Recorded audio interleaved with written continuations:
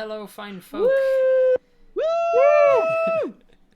Woo, woo, woo, indeed. We're a wolf pack. They're wooing away. Sup, Maddie P? How's it going, Maddie P, in the chat? Hey, P. I like the votes of confidence here that there's currently a poll in the chat. Is this going to go well? And the leading vote with 33% is Rob's doomed. And then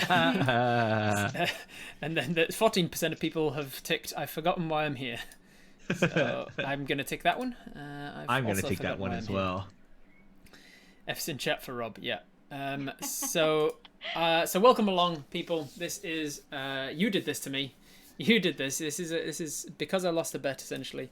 I did a fundraising stream for American Cancer Society a long time ago, and one of the stretch goals was that I would learn and play a 3-shot of Pathfinder for my friend Dag, who is Ask a Pathfinder, or used to be. And so here we are. Dag's actually getting the chance to play in a Pathfinder game. Probably not his ideal choice of somebody who doesn't actually know. Stop self-deprecating. You're amazing. Yeah. We love you. You're doing great. Hey, I'm one of his setting expectations low so that he can come in. Right. Okay. All right. And then little do you know, I've card tracked you. I've been like, bam! I've been preparing for 7 months for this. Bam. And I know it all inside out. Can you imagine? I can't. Yes. So we'll go down the line and introduce you to my wonderful players today, and tell me who you are, where people can find you, and what your experience with Pathfinder is so far. We'll start with you, AJ. I have absolutely no experience with Pathfinder. I was saying to these wonderful people before we went live, is that I have played in 12 or more episodes of Pathfinder on Dag's channel, but I just pretended it was D&D. And then just got corrected when I was wrong. So I am nervous. I still more so than everyone here. I still haven't told AJ. I still haven't told AJ it was 2nd edition for Pathfinder either. Like. Yeah, that's great. Hello though. I'm AJ Winters. I am a dungeon master and world builder from Winter's Tales. We stream Dungeons and Dragons on Tuesday nights, Australian Western Standard Time. And yeah, that's why I'm here, to be like the base level of not knowing Pathfinder at all, like nothing, absolutely good. Zero amount of Pathfinder knowledge. Excellent. I will pitch all of my things at you, because then you don't know that I've gotten anything wrong. AJ is going to be the leader of the group, I've decided. Yeah. All right. No. The next to AJ on the overlay here is my friend Dead Aussie Gamer. Tell people where they can find you and what your experience with Pathfinder is. G'day guys. As an exact juxtaposition. So my name's Michael. I'm the Dead Aussie Gamer. It was Pathfinder you pronounced it? Like Pathfinder. Have you heard of it before? Yeah, I mean, I've heard of it. It's a card game, right? Like you play it with like cards and no. All right. So yeah, my name's Michael. I'm Dead Aussie Gamer. You can find me over on Twitch and everywhere. Just go look, Google. It's fine. My experience with Pathfinder is quite sordid. I actually started playing TTRPGs in 3.5 and migrated almost immediately to Pathfinder, and have been playing it pretty much since the only thing you had was the core rulebook. So that's how long I've been playing Pathfinder. I do try to play at least one game a week, not including the multitude of weeks that I've had multiple games since then, so I am very experienced. But here's the thing. Like with many things, I have learned one thing is very true, and that is there is no right way to play Pathfinder. There is no way to know everything about Pathfinder. Oh, thank God. But it is really funny to let Rob think that that's what needs to happen, and watch him go through 8 weeks of reading the core rulebook cover to cover, like some sort of lunatic, while he's trying to create a character based on a video that entirely just explained what was on a character sheet. Hilarious your stuff. video. Yeah, it was my video, but it was like, it wasn't a video to build a character. It was a video of like, this is what to read when you're looking at the sheet, and he's sitting there going, this is where I put this, and this is where I put my character thing. It's hilarious. Gotta do things right, man. This is possibly the only time that I'm gonna be doing Pathfinder in my life, so you know, I've gotta give it the proper go of it. That's true. But I'm super excited because not only is like the thing that's exciting me more about playing Pathfinder is that we're playing in the Pathfinder setting, which I absolutely love. I love so much of the history and the lore and the story behind the Pathfinder world, and I'm super keen to actually, because I think this may actually be one of the only times I've been run in the Pathfinder setting by a fellow streamer and performer. I think it's actually might be the only time I've ever. I'll talk a little more about that after everybody's finished introductions. Yeah, as sorry. I have things to say about the setting. Before we crack into it. All right, we will jump down to below me here, my friend Josh. Hello! Hi! I'm Josh, Dread from Dread GM. I am a storyteller, voice actor, and GM with Dreadlocks. If you want to see what I'm doing around the internets, you can follow me on Twitch, where I run some Dungeons and Dragons stuff, soon to be some very much more stuff as well. But I'm very happy to be here with my fellow storytellers, and I'm excited to get on in and to play. As for my experience, bought the beginner's box way back when, and then tried to play it or run it, and then as they go back there, the game didn't really go anywhere, unfortunately. But the beginner box was amazing. So yeah, and that was back in 1E as well. So yeah, I've played maybe 2 games, but I'm excited to crack on into it and find out more. I have noticed something, Rob. Yes. Me and AJ and you are on the left side of the screen, and on the right side of the screen are the experienced players. So it was coincidental. I rolled a d4 for where each of you were going to be Subconsciously located. dividing us. I didn't want to. I didn't want to have any favoritism of like where to put everybody, so I just rolled a d4 to select where you're going to go. So, hell yeah! But speaking of experienced, well, the 3 people that have introduced themselves so far, AJ, Michael, and Josh, will be joining me today, this time next week, and a fortnight from now for episodes 1, 2, and 3, all 3 episodes of the campaign. But for each of those episodes, we're going to be joined by an extra special guest star as well. And today, our first of our extra special guest stars, Dale Kingsmill. I'm extra special. Wow. Hi, I'm Dale Kingsmill. I have a YouTube channel where I make videos about lots of different things, but the most pertinent of them is my Dungeons and Dragons content, where I mostly talk about homebrew ideas. And as alluded to, I have a little bit of experience of Pathfinder under my belt. Not nearly as much as Dag, but even though I played a couple of other games technically before it, I think of Pathfinder as where I got my start. It's certainly the game that I started GMing with. And it is the game that made me become a homebrewer, because these rules are a lot. And so I couldn't help but change them. So, I look forward to messing everything up and, ruining everyone's good opinion of me as a Pathfinder player.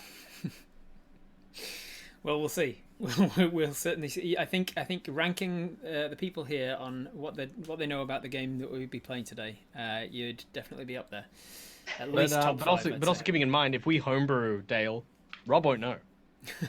No yeah, you guys can conspire against me. A couple times that I could potentially just make up a You could magic conspire against me to be like, Rob, don't forget the floating bonus to Sansa bloody blahs. Yeah, like, +5 bonus because there's more than 3 enemies. Yeah.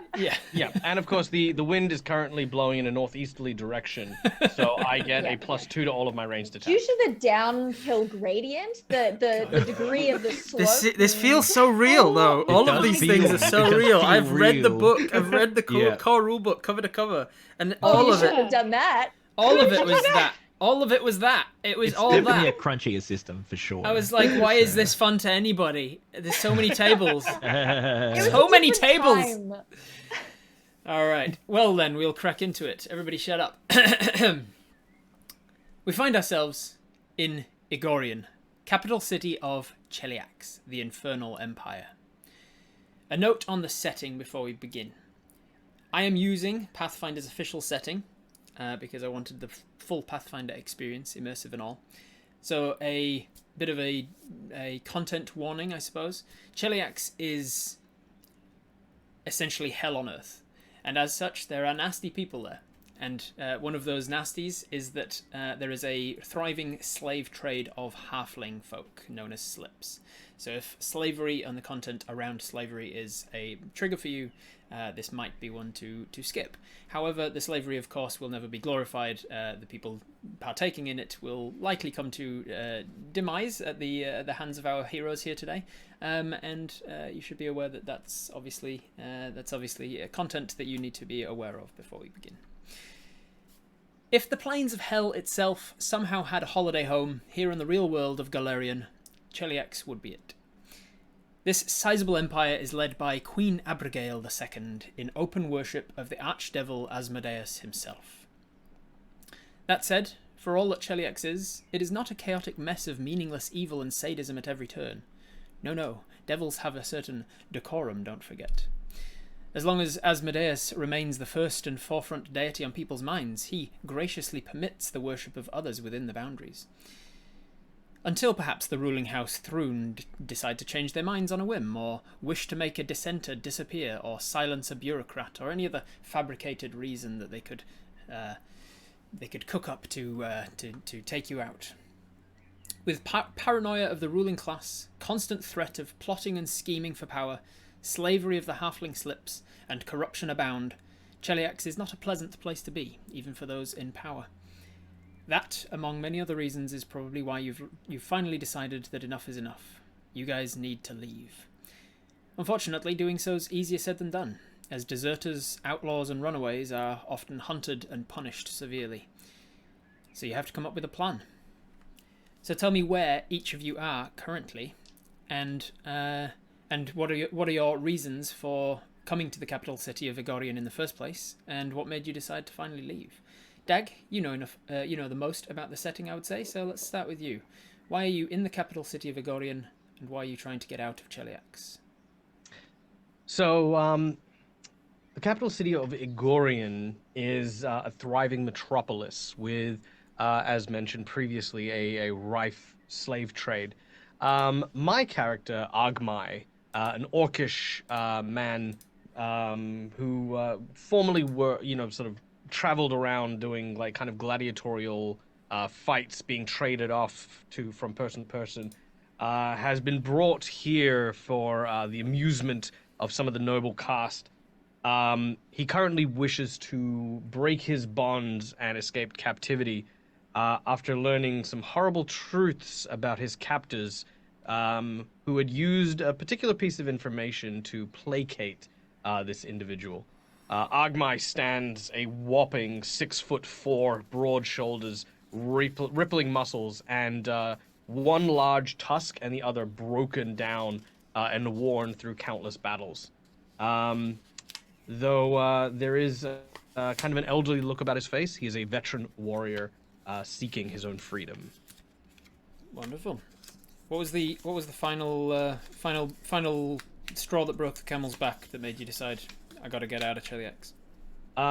It was believed that, like a leash being used on Agmai, his captors were supposed to have his daughter. But the truth was learnt from another slave that the captives may have already killed his daughter, or maybe they never had her. In either case, now Agmai looks for the opportunity to break free of his bonds and seek out the truth for himself. Without the threat of harm to his daughter, they have lost their bargaining chip to keep him in line. And with that, you've decided you need to get out. Yep. Excellent. We'll go to Dale. Where do we find your character? Oh, did we get a proper description? Oh yeah, you said with the one tusk and the things. Yes, that's right. Yeah. Dale, what do we see when we see your character, and where are you? What brought you to the capital, and why do you want to leave? And you're silenced. Oh no. I'm free, finally, from my imprisonment. Dr. Gideon Gendry is currently tripping over his own feet, trying to sort of scrape important items into bags so that he can get prepared for travel. He seems sort of out of sorts. He's a big guy, about 6'2"-ish, maybe a little taller, and he clearly was once human.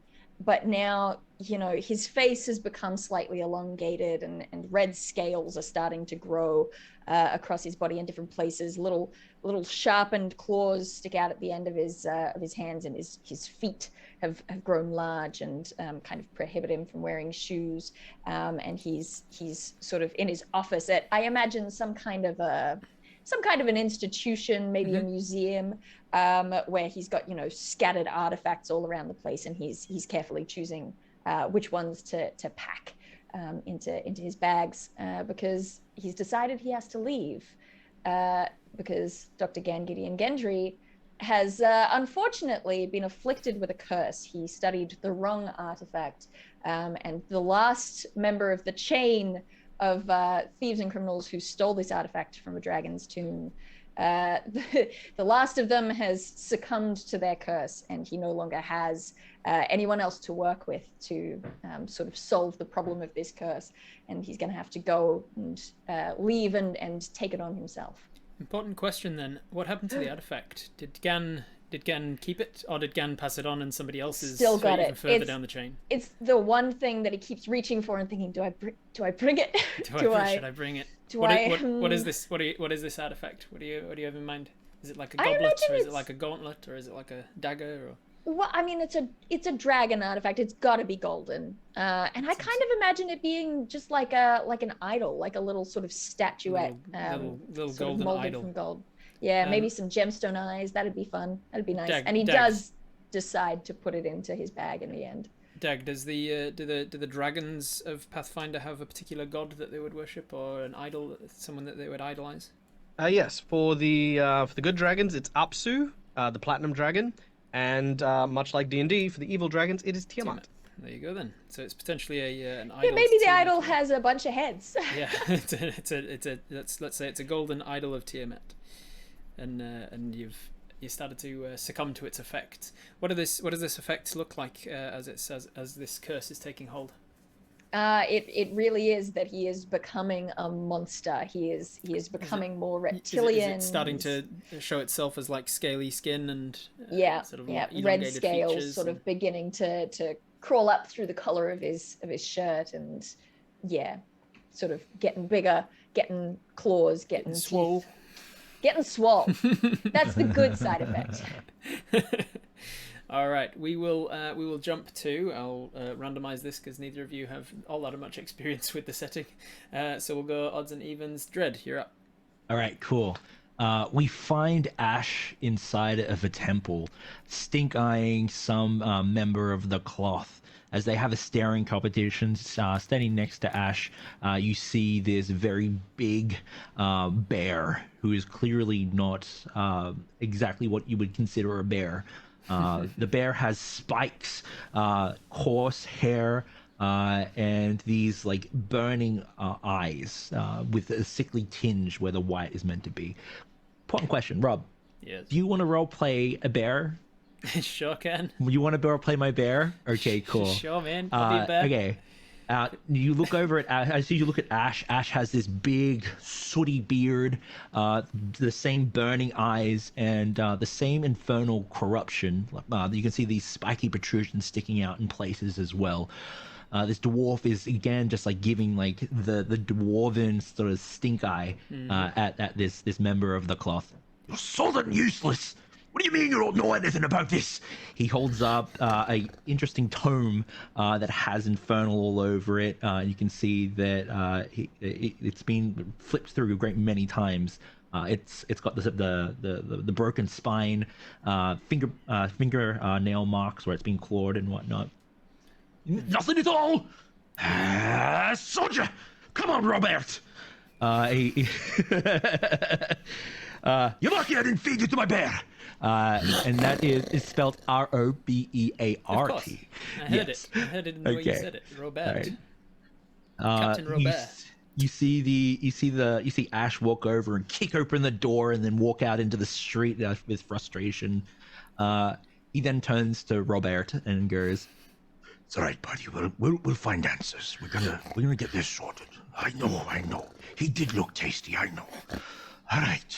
Tell me, Let's go. is Robert is he bound to you magically as nature of being a druid, or is he more of a? So he's my animal companion. So he is magically bound to you. He's magically bound Does he to have me. any imbued sense of sentience with that, or like any kind of telepathy or any connection to you that's more than bare intelligence?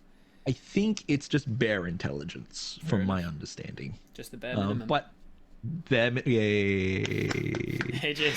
just had to deal with this. AJ's just had to deal with an entire honey heist of this. And now we've got a bear in this one as well. Elder. All right. Let's go. So tell me what brought Ash to the capital. He was trying to identify or sell this infernal book. Ash was wilderness bound for a very long time, and through natural means, a ruin was uncovered where Ash found this tome. This tome and this ruin slowly corrupted the wilderness around them, and the more that the more that Ash read the book, the more they were changed themselves as well. The more they learned about the other planes, the more they found their wild shapes changing as well. Ash is looking for answers for that to hopefully bring some peace back to the wilderness from whence he came, or they came. And so now the need to leave the capital and Cheliax, the need to leave the country is stemming from the fact that you've been here for a while and nobody's giving you answers, and you're like, exactly. I've got to move on, then I've got to keep looking. Yeah. The last member of the cloth wasn't so lucky as this one. So, so no answers have been found at all, and Ash's home is not in a good way. Excellent. We'll head over to the last member of our team then. AJ, where do we find you? And whatever your character's name is, that was definitely decided more than a minute before the stream. Bryn is skulking in the shadows, observing probably the members of that have already introduced themselves, people who are trying to leave the city. She is a drow, so she is very, very like gray-skinned, dark hair, and is avoiding the sun and has a little sun parasol if she needs to be in the sun. And I think that given her position and the fact that she disagrees fundamentally with how Cheliax is run with the slavery, that is why she is leaving. And because maybe the fact that she kills people has her in some hot water, and other people are after her currently. Yes, as for the law enforcement of Cheliax, it's an interesting blend of allowing people to tattle on each other and tell tales and try and earn their own loyalty and favor by dobbing their neighbors into the guards, to the inquisitors, I think they're called, isn't it? The Asmodean inquisitors are the sort of main law enforcement, but they're also a bunch of Thrune thugs as well. There's just collections of people who take it upon themselves to take law into their own hands, and as long as they're promoting Asmodean law, the actual law enforcement kind of look the other way. So it's a bit of a hodgepodge of what counts as the authority. But if they do find any of you doing anything for which they can earn some more loyalty or favour with the ruling class by taking you in and saying, "Oh look, I've got somebody who is doing a thing," it's kind of Orwellian in that respect. Snitches get riches, yes. Snitches get riches. So you've been hunted a little bit for your murderous ways, taking out a few of the. Yeah. I've sort of pissed off a bit too many people, like a few too many people by betraying the guild / group that I'm from, and yes, I'm continuing to stay vague. Fair enough. Well then, yeah. You guys know, as collectives, as a collective as well as individuals, you know that your purpose is to get out of Cheliax, and as such, you need to get to the neighbouring country of Andoran. Andoran? How do you pronounce it again, Dag? Andrew. Doesn't matter. Fair This is your world, Rob. Yeah. Your My world. Pronunciation guide Pathfinder. is the first thing to ignore. Yeah. You want to get to the neighbouring country of Andran. They're the ones who have been at war with Cheliax for the most part. They have a faction there called the Eagle Knights, who have been in an unending war, an unending fight with Cheliax and its evil ways.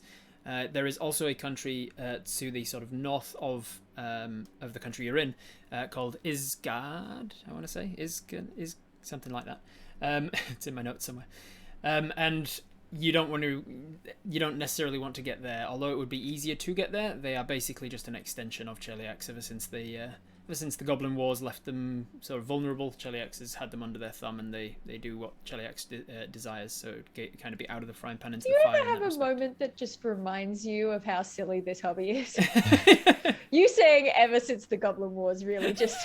Yeah. I'm taking it so seriously. Ever since the Goblin Wars. They attack us from the north. So getting to Andoran is going to be easier said than done. To get to them, you're going to have to leave Egorian. You're going to have to travel hundreds of miles across the plains, and in which the Cheliax armies are fighting the Eagle Knights, and so it's not going to be something that you can possibly do on your own. However, being in the capital for a while at least, you have heard of a network of smugglers, people who deliberately tried to smuggle out slaves, the halfling slaves, to save them and free them, a sort of railroad, underground railroad, as it were, called the Bellflower Network. The people who work for the Bellflower Network are known as tillers, the people who actually transport people. And so if you can find the Bellflower Network, there is no headquarters, obviously.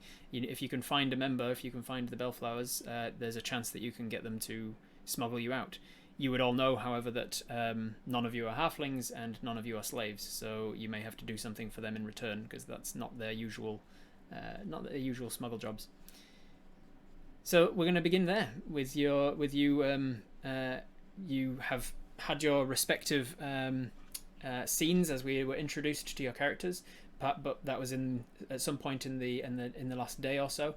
But as you come together, as you have been together for a little while, what do you think has brought you together as a group? Why did you gravitate towards these others, so that we don't have to spend a bunch of time trying to get into being a group?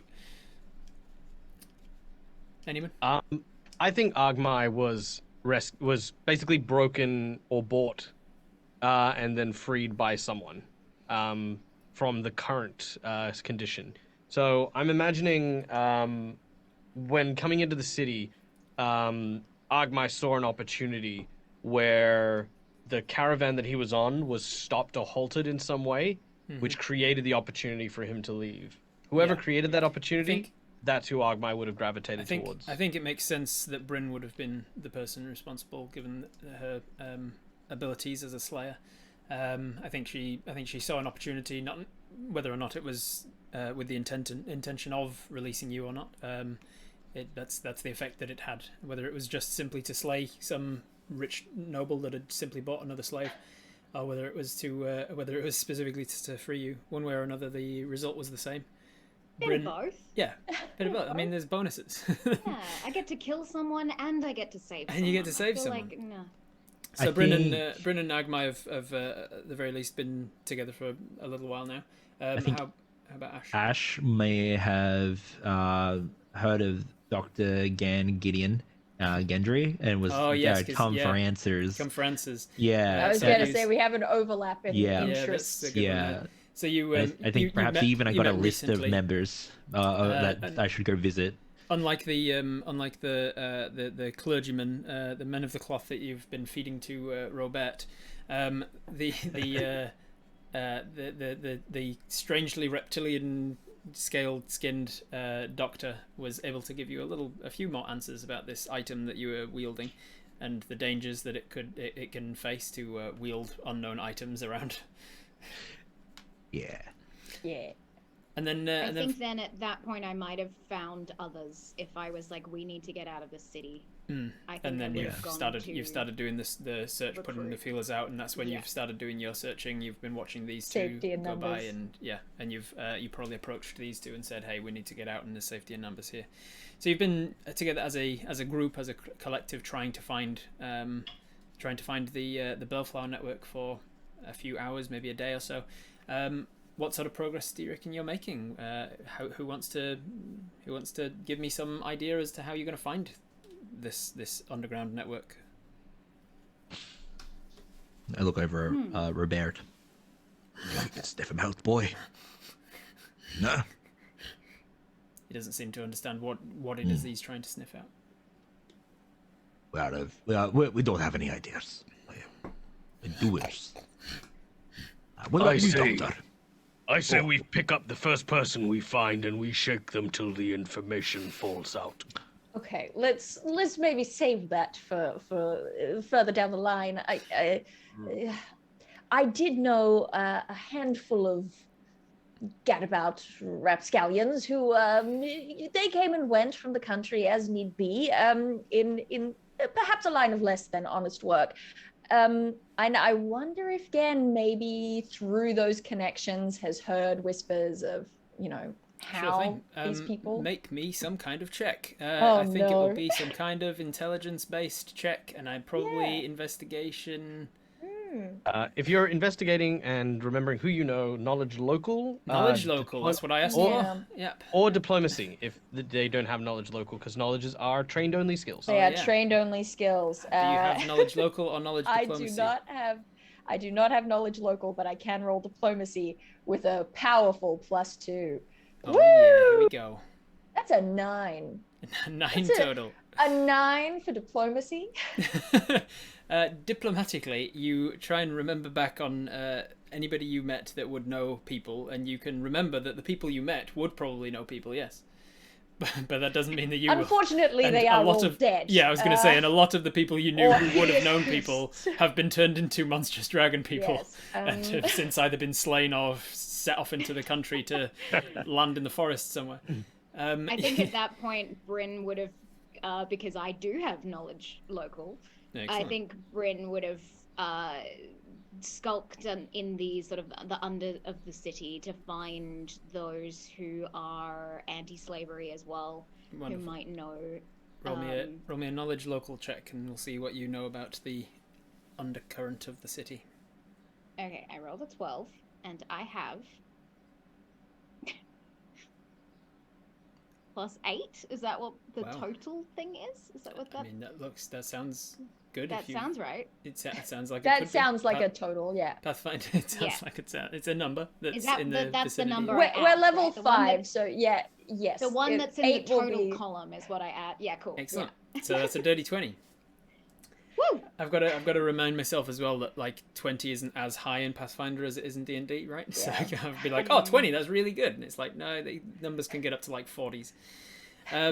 So 20 is good still, and it is enough that you know that there is a district of the capital city that you're in, Egorian, known as the Whipcrack district.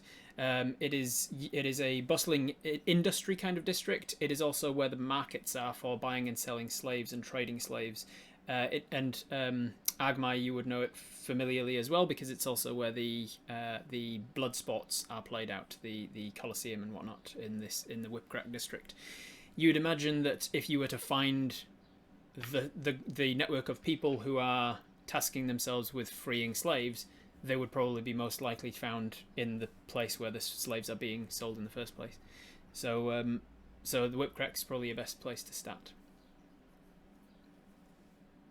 Make sure that I don't accidentally mispronounce that name, because that is very slippery into just saying a bad word. I don't hear I it. think that we should head towards the Whipcrack district.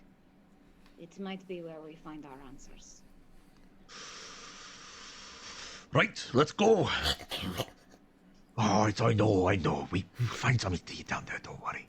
That's okay. You're walking the streets, and some might think like, why would these guys not be getting more attention with walking with a giant bear and a person who's slowly turning into a dragon and a giant orc as well. But in the city streets of Egorian and everywhere in Cheliax, being that it is an openly devil-worshipping place, you will find literal devils walking the streets as well. It's mostly a human population for the humanoids that live here, but outside of that, literal devils walk around doing their thing day to day as well. So you make your way to the Whipcrack district, and as you get there, there is indeed a slave market going on. You can see a couple of there's lots of numbers being called out and gold exchanging hands, and people in chains and manacles, halflings for the most part in chains and manacles being pulled and dragged away and shown off, and people forcibly checking their teeth and things like this. I will have each of you make a perception check, please. Woo! First perception check My of first the roll of the game. game. That's good. It's good.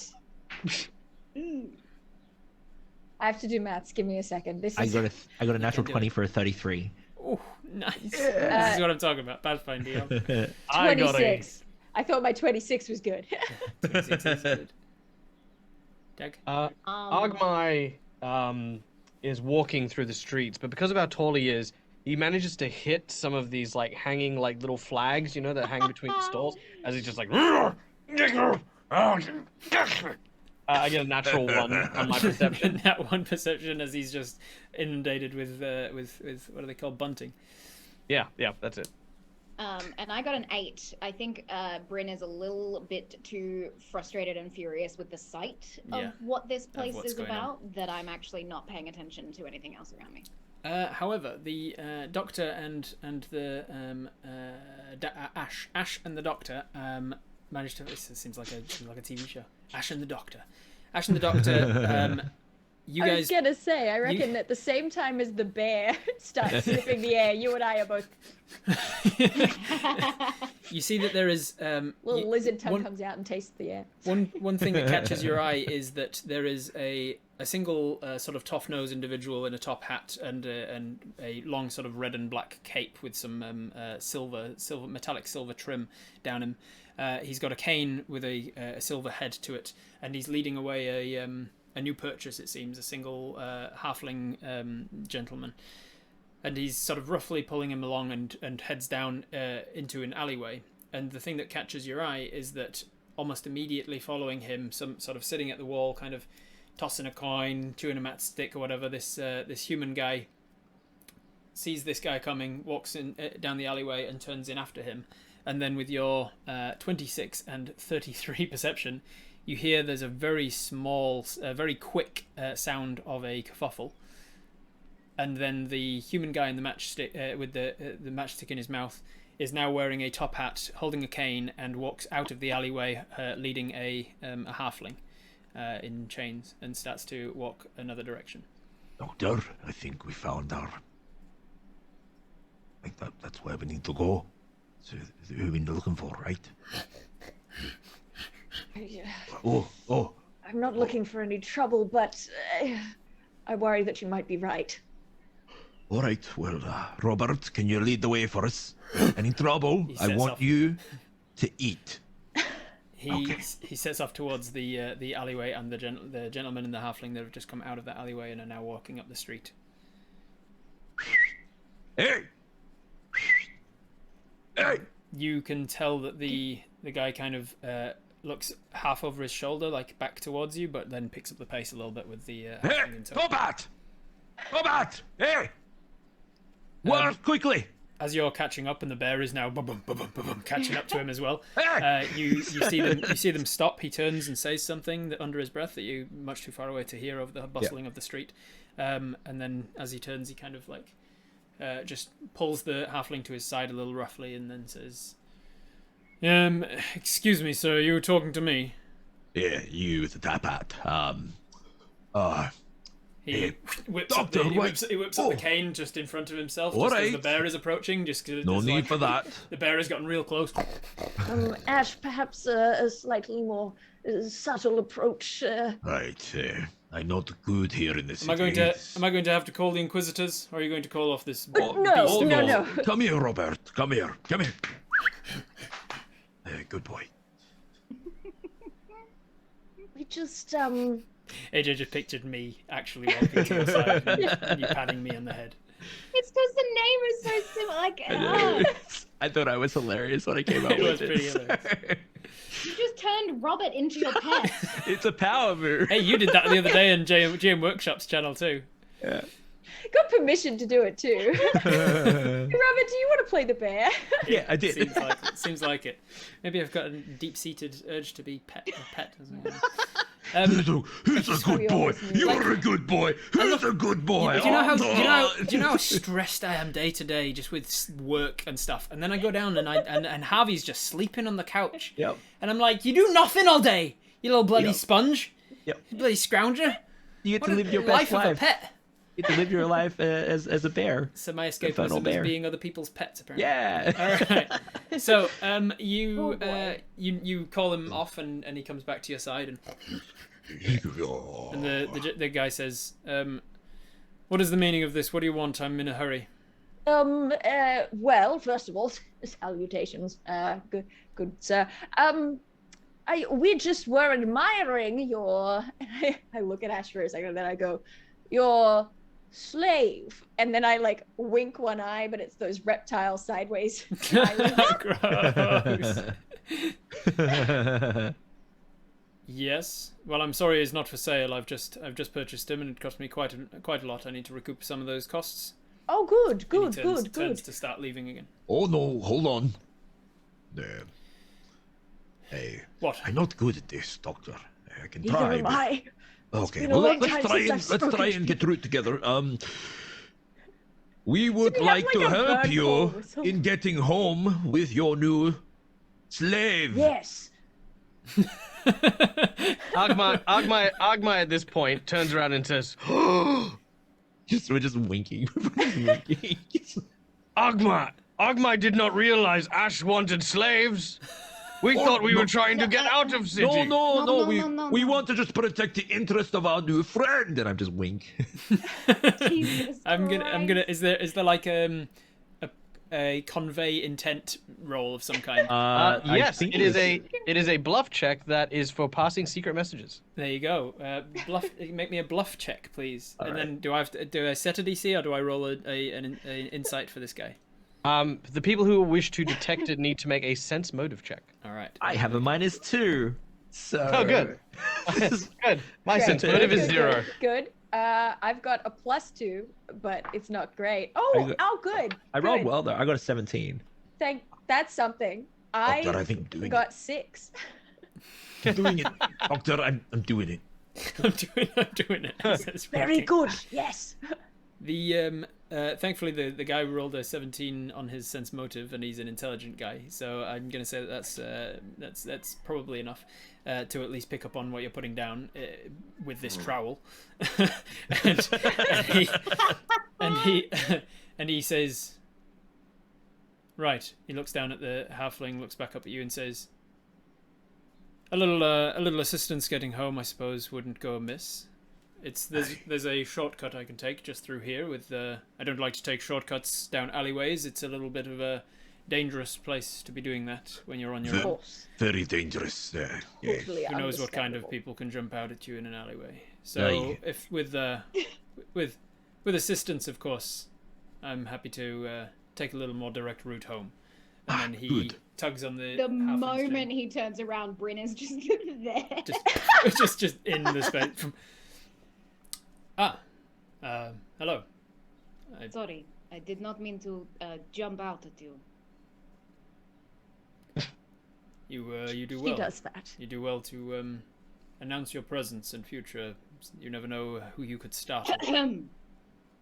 Agma had sheep like that once. We bought Bell. I will not be wearing a bell. Is this one with you? He says to you guys. Yes. This is Bryn. She's alarming. Aye. He says, right. Well, follow me this way then. and he walks off down a nearby alleyway, just between like a pub and a I don't know, a brewery. Makes sense that they'd be next to each other. He walks down this little alleyway until you're out of sight of the hustle and bustle of the main street, and then he kind of says something. You can't pick up on it, but you can hear that it's halfling. As he's speaking to the halfling, he kind of pushes them ahead of himself, and then he turns back around to sort of be between you and the slave, you guys and the slave, and he says, "Am I to understand that you wish to make some sort of a deal? You saw what I did, and you wish to blackmail me?" Oh, no blackmail at all. We just, we're looking for contacts, and you look very connected.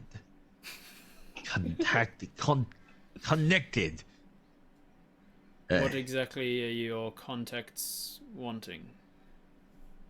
Well, safe passage, if at all possible. We want to get out of here. Oh, I see. He lifts up and just kind of surreptitiously scratches his neck. None of you speak thieves' cant, do you? No. Oh, technically, I don't know how this would fall under the ring. But I have a scholar's ring. Scholar's ring with which I right? understand all languages. Yeah, I would say that it's a magical item that imbues you with all languages. So yeah, thieves' cant is a language. He sort of gestures in a way that's kind of allowing him to test whether any of you do recognize it. It doesn't really mean anything of itself. It's kind of like an opening statement, as it were, that sort of starts off thieves' cant. There is a call and response, as it were. Like there's another sort of body language thing that you can do to show that you are aware of it. Would I know what the response is? How powerful is this magic item? The ring lets me understand. It lets me, comprehend all languages, but I don't know if it lets me speak them. then you probably don't know what the response is. You just know that it is like he's opening a in that case, he's opening blunt a channel. It is. Oh yes. Oh no, that yes, absolutely yes. Yes. No, I know this one. I've had friends who did this. All right. Let me think. Was it a scratch of the head, or perhaps do I tap my teeth? Yes, that might be it. he sort of chuckles to himself, almost in spite of himself, and he says, "I think I know what level I'm sort of I'm dealing with here." I think that, and then he pulls back his lapel, and you can see on the inside of his lapel is a small blue bellflower. He says, "Oh, lovely. I understand you're looking for passage. None of you have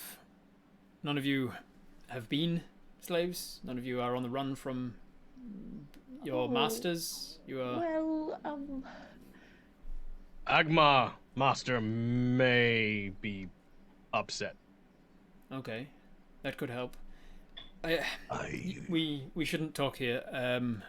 All I can say is that we're not used to dealing with your kind of folk. You draw attention much more than the slips. And he looks at the halfling. Some folk are easier to smuggle. And he gestures to the person who's half of his height and like just tiny compared to each of you, including the dwarf. He says, we deal in smuggling smaller folk and those who are in more need. If you just simply want to leave the city, we could potentially come to an arrangement, but I'd need to know that you're serious. Any aid that you could offer would be greatly appreciated. Oh, aye.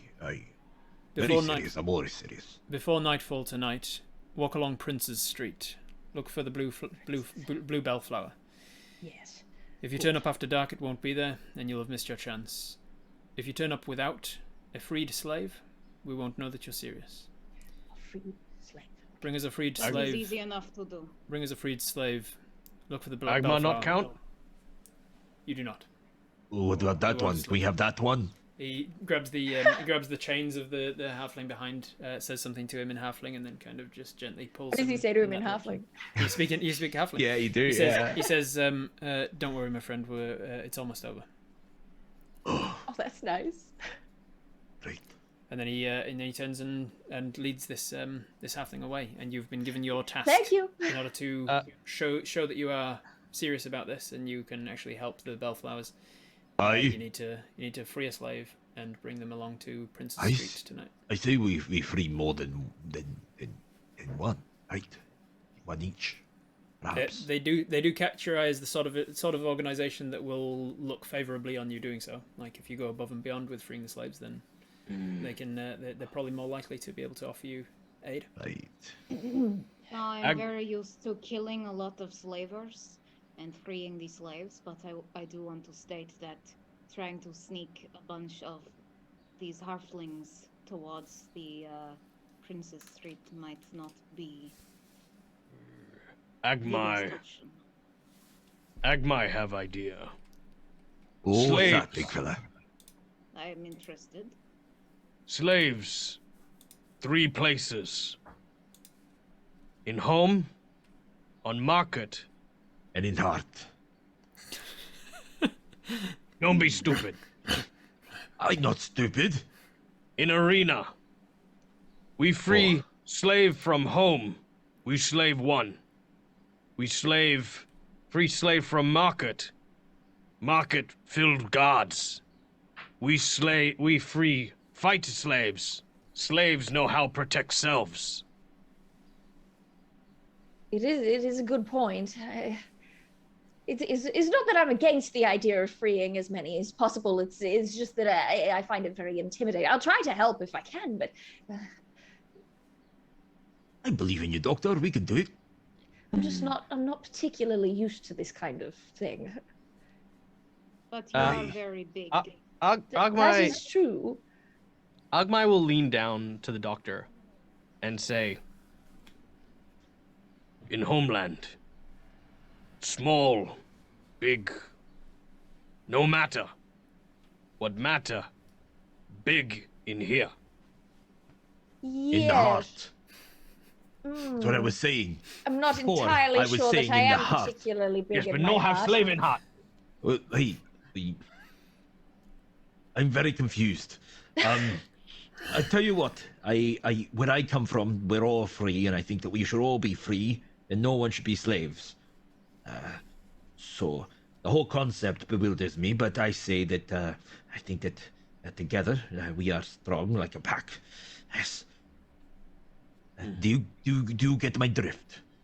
I do. It's okay. So it seems like our options right now are free 1 small slave that is draws less notice, which might be good in terms of not drawing the attention of the guards and helping our new friends get us out of the city. I had a great idea. I think I'm getting this whole capitalism and city civilization thing. What if we were to procure them through their system, but then just set them free? Does that work? Well, I We don't have to any fight them? money. You're right. Wait, so you just suggested an idea to buy them, but you don't have the money for it? Okay. We could steal the money. Agmai reaches into his loincloth and pulls out 500 gold. Oh. Right. It's just clanking around down there. Yeah. I pull out the remainder of my gold too, which I think is like we had 10,500, right? 10,050 or 10,500. 10,500. Let's see how much I got left. I have like 70.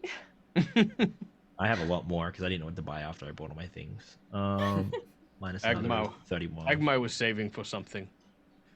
I got 2,469. I got 2,469 gold. Relish the thought of giving money to slavers, but So yeah, together you have over 3,000 gold. We're You buying could- their freedom. you We're could not buy- buying them. You could buy slaves. I'm just going to say this sentence as part of a game and not get cancelled on Twitch. If you want to, you could buy some slaves.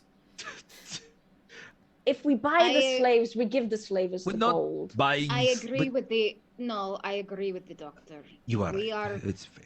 using coin. We are just encouraging the entire system, and I You're disagree right. with it fundamentally. I just So- don't want to get on the wrong side of the bellflower. It's a very complicated You're mess. right. You're right. I want to hear what Doc had say before when said that we could save 1. You didn't Oh, finish. yes. Well, the second option was yours, Agmai. That thought of we free slaves who can protect themselves, but the issue there becomes that we lose the element of secrecy.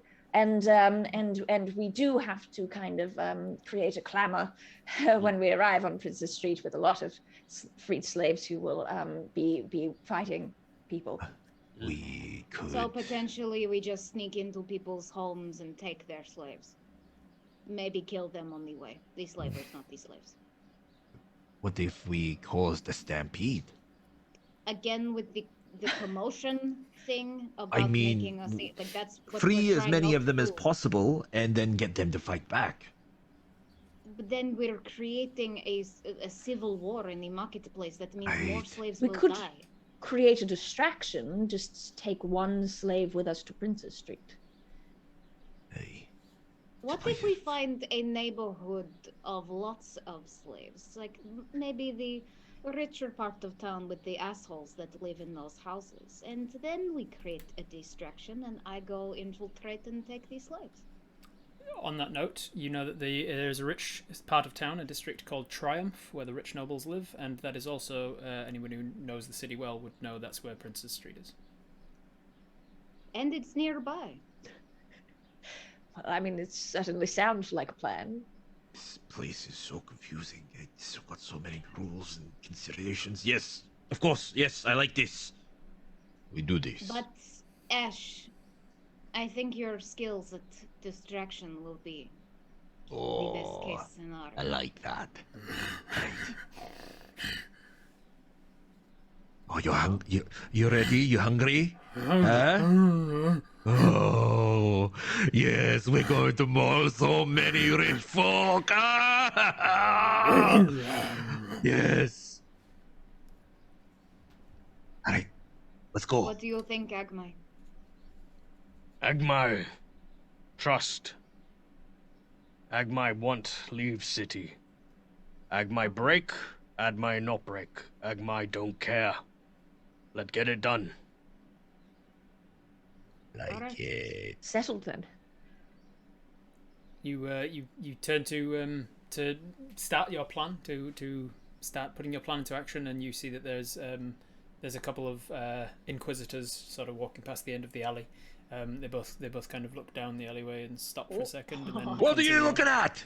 I disappear into the shadows. Do not call out to the Inquisitors. What are you looking at? They stop. Ah. They come back, and you see them. They're dressed in this like stupidly long, sort of pompous kind of hat and cloak sort of situation of Ye have blacks and pompous. reds. You got a I- pompous hat. And then they start to walk down towards you. Ah. I jumped onto the roof. You got. They're up. walking towards- I will have you make a check to see how easily you managed to get up onto the roof before they managed to get to you. So this is going to be an acrobatics check. Mm-hmm. Okay, that is a Sure, anywhere in 19 an alley. plus 5. You, as soon as the Inquisitors walk past you, boing boing, Super Mario double wall bounce up and off the the alleyway, and you are up on the roof. And then as you get to the roof tiles, make a hide check to see stealth. Presumably, is there hide as the thing? Stealth. Stealth. Stealth. Do you get it? Does this game have advantage? I don't think it does, right? No. No advantage. No. yes. Yeah. Depends on circumstance bonuses, but Yeah. they can be awarded by the GM in any way. Everything's a 18. floating modifier. Yeah. Plus Love the 3. floating modifiers. So 21. So 21. Nice. All right, you're pretty confident in your ability to stealth as you get up onto the roof and then plaster yourself down so that there's no seeing you as they look up. Is gonna- it daytime? It is daytime, yes. It Oh is- no! it is- Oh no! It is. Okay. Yeah, true. You is a Up in drow. the, up in Yeah. the Yeah. you're plastered to the ceiling, looking up into the sun, and oh god. He's cooking. Just the sound of like fried Uh, eggs as your eyes are like. sizzling. I'm also now blind. Okay, cool. I am blind for a round because I'm looking up at the Yeah, light. you're looking up at the sun. You're blind, but you're pretty sure you're also hidden on the rooftop Hidden, as yeah. these two blind but hidden Inquisitors. just on the roof. As the two I'm Inquisitors gonna make their way down the alleyway towards the rest of you. I'm gonna step up behind Ash and put my hand claws on his shoulders.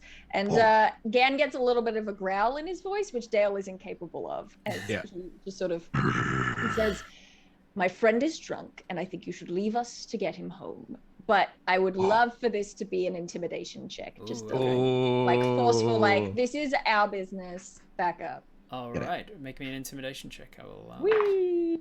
Okay, not a great roll, but plus 10 for a 15. 15. I literally set a 15 as the DC. Oh, nice. So just enough. They have enough stuff that they were on their way to a job already, so they were kind of like, eh. And then they see you. They see the Also got bear. Agmai backing me up. Yeah, they see you. They see the So- bear, and they see Agmai, and they're like, "This is not going to be worth the hassle. It's not Yeah. going to give us the. It's not going to give us the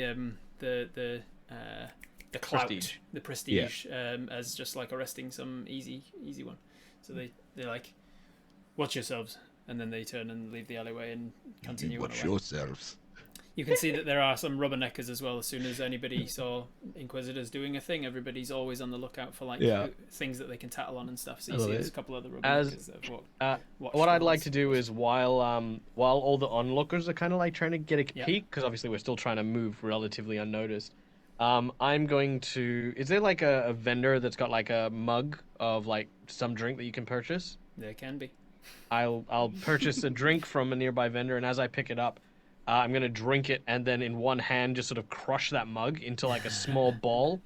And I actually have a feat called Dazzling Display, where I get to make an attack on something, and all creatures within 30 foot that witness me get intimidated.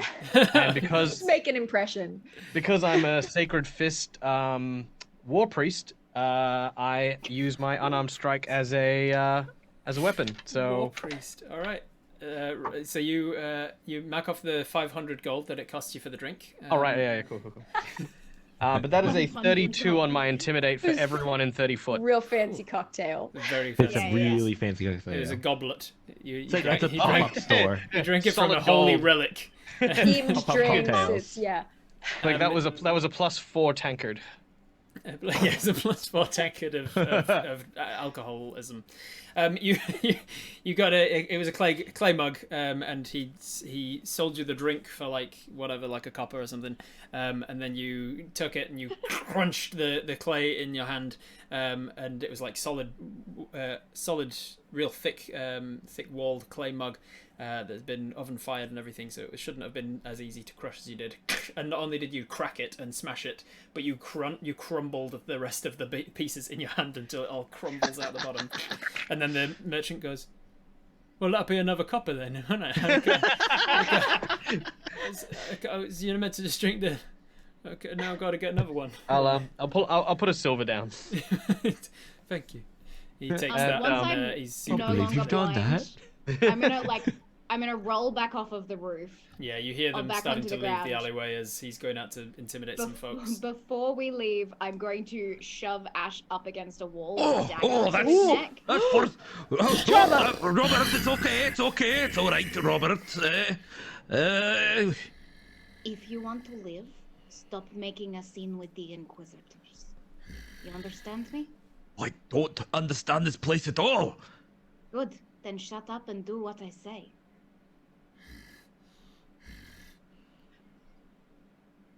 Yeah. Robert looks up at you. Okay, Robert. Put me down. Now. I back off. I'm taller than you. I just back off. Yeah. Put the dagger away again. I passed Dr. Grant a drink I bought from the same guy that I had another drink from as watching that.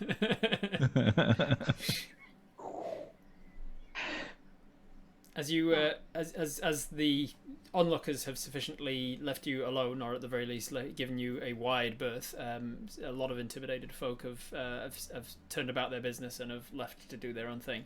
But they're also you have, by intimidating them in that way, have also gained their attention, because a lot of people are like, "Ooh, maybe something will kick off that I can then tattle on for the guards." How long is it till sundown? You probably got around. I'm gonna make it 4 plus a d4 hours. You've got 6 hours till sundown. We'd better get a move on.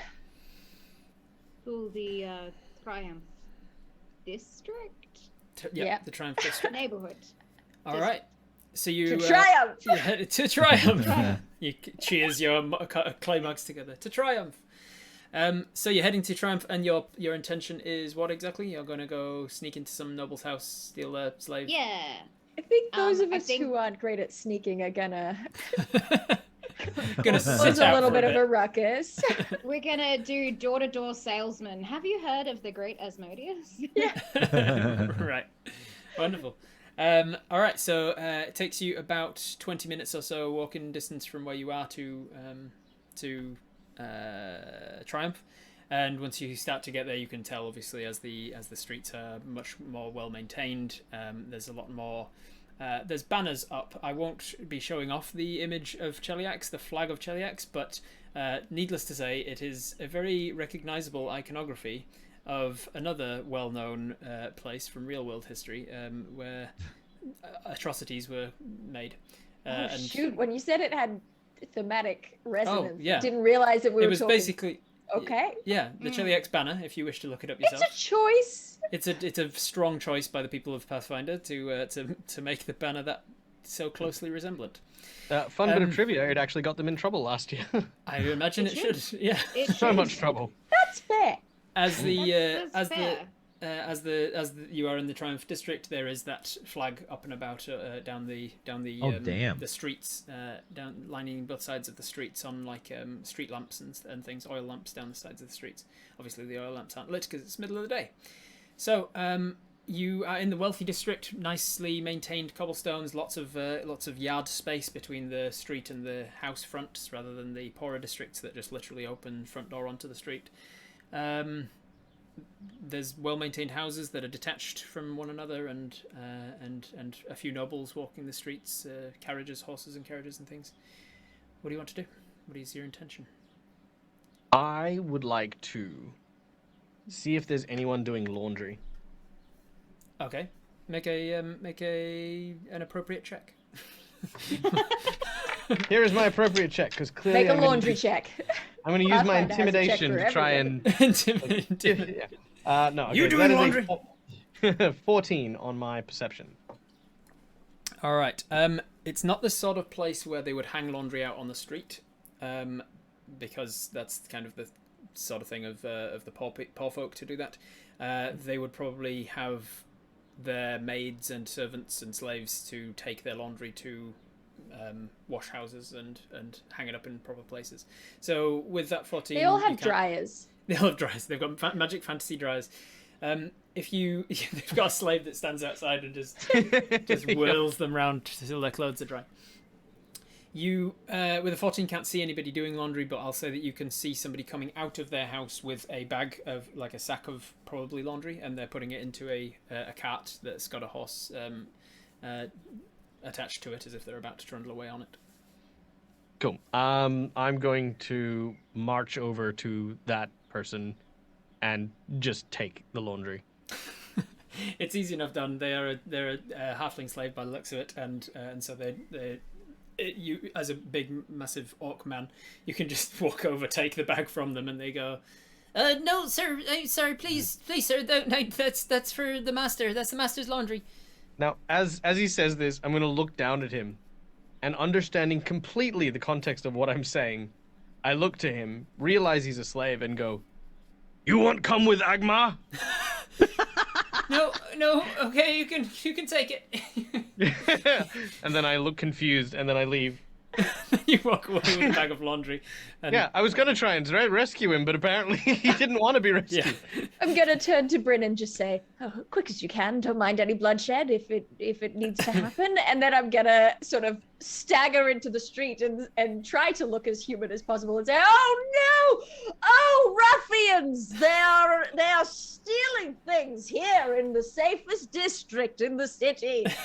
You see the halfling very quickly joins in and says, "Yes, thief!" And the halfling has now retracted themselves back into the yard of their master's home and is now like in the safety of their own garden, kind of like pointing out onto the street. And the lot of you see a band of Throon thugs, enforcers of their own right, sort of self-appointed enforcers. Throon thugs have started to walk down the street Oh my towards you goodness guys. gracious! Thank goodness that you're here. What's the meaning of the commotion? They start shouting as they run. Just before I disappear into the houses or shadows or whatever, I'm going to turn to Ash and be like, If you want to cause a scene, those people you cause a scene with, and then I run. All right. Robert, at a time. Let's go. As soon as you let him go, he is off. Guards approach. I just step out of the way and let a bear come. Bear comes through, and as the bear comes chasing to them, they're running towards you. We'll have initiative. Let's go. Agma is like, Agma got disguises. Just Come in handy. You never know. unintentionally caused the entire distraction, but was just trying to get disguises for the group. Yes, not bright, but and almost saved a dude. I got a big 11 on initiative.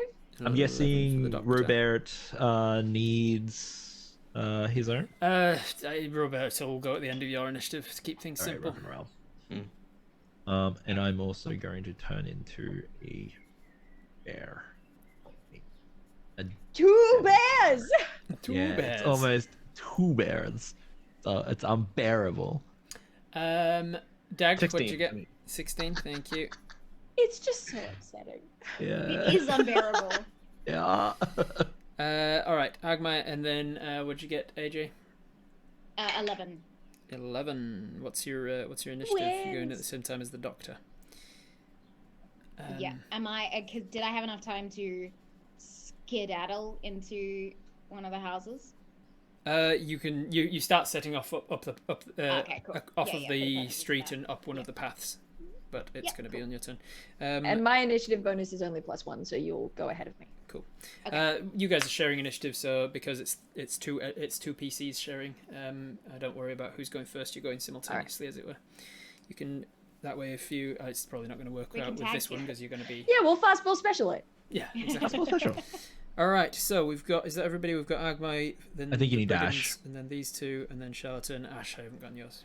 24. 24. Holy moly! Woo! All right, 24. Ash and Robert. I read a guide, and the guide was like, "You should take improved initiative." And I was like, "Okay, I will." Nice. You All right, I read so- a guide and then I ignored it. Yeah, it's pretty much exactly what happened. I didn't even make my own character sheet, so you guys are ahead of me. All right. It was Thanks, Zach. magic items. I just had no idea what to pick for magic items, and then I didn't pick anything it told me to pick. You're like, no. I was like, you know what? Could I use higher charisma? Absolutely. Will I? No. No. Instead, I want a scholar's ring. Yep. Hey, it's worked so far for you. Let's just say. All right. And also, like, if you have a high charisma, you have to like role play into it. And what if you're just not like on it? Yeah. We're going with theater of the mind for the people watching, because it was much too much work for me to set up an overlay that allows for me to use a map and everything. But I do have a map on my desk so that I can keep a track of things, because you need to keep a track of exact distances and floating numbers and cover and all sorts of stuff. So the people playing can see a little map. So obviously we've got a drow swashbuckly type person there that's representing Bryn. This is a Bryn model here, Cheliax. And then we've got a blue dragonborny type person that's representing the Doctor turning into a dragon. Woo! And then we've got a dwarf, cool looking dwarf, Yeah. and a bear companion. And then we've got a massive orc dude. Rob, do you have 2 bears? I do have Do 2 you have bears. a I do second have 2. I bear? do have a Woo! second bear. Okay, good. All right, Yes. and then we've got the band of 3 that are running towards you here. So, on the first, on top of the initiative order, Ash and the bear. What are you I doing? was worried about this. I was like, I was gonna like, okay, I'll let other people. Hopefully they'll get ahead of me. But as soon as I choose improved, I didn't realize I played myself. Yeah. I you took did. Oh, improved I initiative. don't know how to play Pathfinder, so I'll let other people go first. I'll Oh, go wait a minute. first. Here Oh, we go. wait. Now that I'm joking about that, actually, there is a thing in Pathfinder where you can delay your initiative, right? You can choose to delay your Ooh. initiative. Yep, you can choose to delay your action. And that delaying it, And it does automatically, that like it permanently puts you at that new initiative. Permanently that puts you me come in. down. So you could let Agma go first and then go in after him and have an initiative of like 15 from now on. No, I think I'm Just gonna go go. first. I am gonna go Exactly your first. bear. Yeah. So you see Ash sort of like start jumping on one foot, started to warm up, shaking out their hands. they run their fingers through their beard, and as they do, they collect soot, ash, and cinders, and then they flick their hands out through the beard and then flick them forward. I'm going to cast Entangle on these three thugs, and as you start to see these vines whip out, where you would think they would be like green and thorny, they're actually like gnarled, gray, and smoking and cindering. And it's same spell as in D&D, like it's a radius, a square of entangled area, presumably. That's why I was delaying, because I was looking up the spell now. Yeah. Rob, remind me to ask where you got that template, because I've been looking for stuff like that. It's pretty useful. I've got a whole bunch of them. I've got a whole bunch of the different Thrall, Enlarge, templates and stuff. Entropic, Etherealness. Where's Entangle? Meanwhile, I will grab myself the other bag. You know what? I'm just gonna Google it instead of trying to go through the PDF here. That's gonna be faster. You were trying to go through the PDF. It's so sad that chat doesn't get this view of just Rob's shelves and shelves of minis. All the minis. All right, so Rob, it's a 40-foot radius spread. It goes for 1 minute. We need reflex saving throws. All right, reflex saves. Yep, and then this spell. I'll read it. Damn it. This spell causes grass, weeds, and other plants to wrap around the creatures in the area, which I'm trying to get all three of them before Robert gets up there. They all succeed. I got a nat 20, a 10, and another nat 20. So the one with a 10 got a total of reflex save of +6, so 16. Okay, so the one that fails, they gain the entangled condition. 16's a fail. Wait, sorry, let me bring that. My spell save DC. I got a 21, a 16, and a 21. What's the formula for the spell save? 10 plus spell level plus your casting stat. Okay, 10 plus spell level plus casting stat. So 10, 15, 16 is a 10 plus. Yeah, 16 is a meet. So it's meet and beat. So they all succeed. They all succeed. Okay, when they succeed, it says creatures can move. Creatures make their save. Can move as normal, but those that remain in the area must save against it if at the end of your turn. At the end of my turn. Anyway, I'll let you decide that. So I'm not going to say that they have to make their save twice on this turn. Yeah, I didn't think so. But if they're still in it at the end of your next turn, they'll make it again. Okay, cool. Creatures, okay, immediately. Okay, yep. Okay. All right. So Differing has started. Difficult terrain. This is how it happens. Well, they can move normally, but if they end their turn in there, they're stuck. Cool. But it's I don't know how big it is. So it's a 40-foot spread. 40-foot spread, so definitely enough to hit both sides of the. I would now that I can see the map, street. I'd like to get it so that they have to keep moving through to meet us if possible. Get as much. Yeah, exactly. Yeah.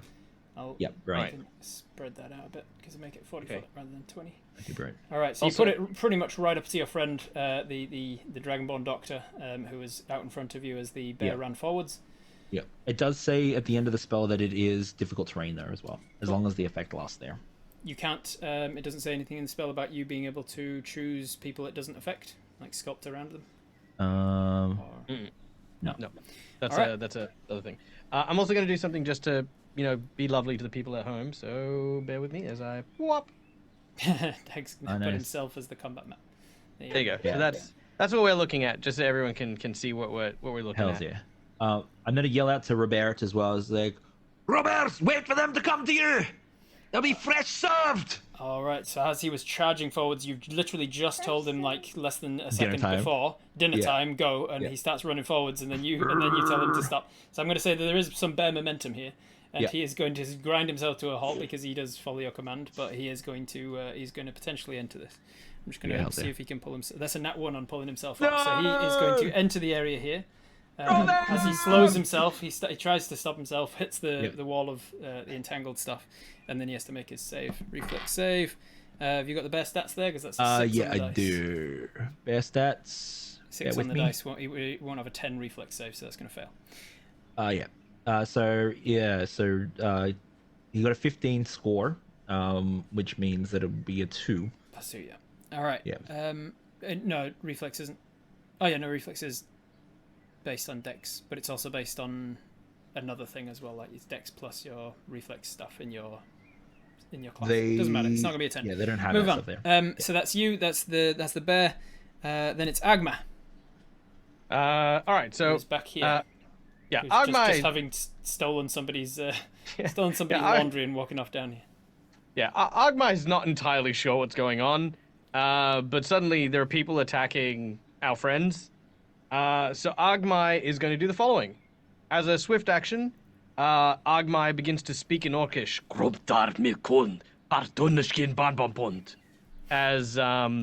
As I. What does it mean? He's just doing poetry. He's doing some slam poetry. It is a blessing from. I've got it written down here. Hold on. It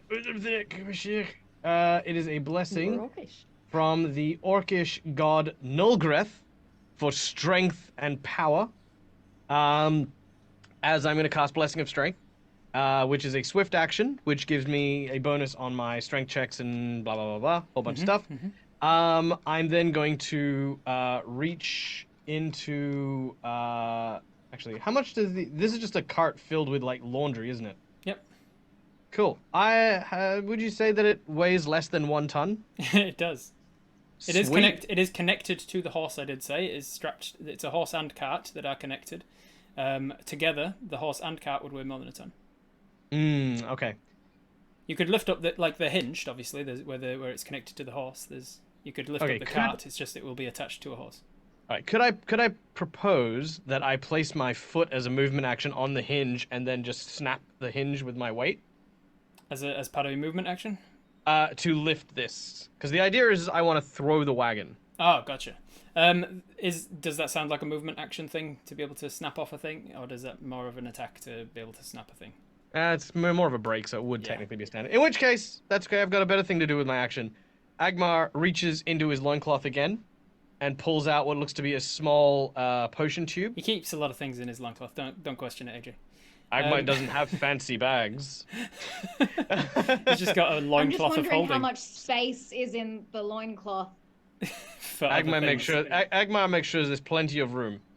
Oh, You watch as he places between his index, ring, and middle finger what looks to be a cylindrical tube, and as he brings it to his nose, he cracks it and breathes deep from the scent that comes from it.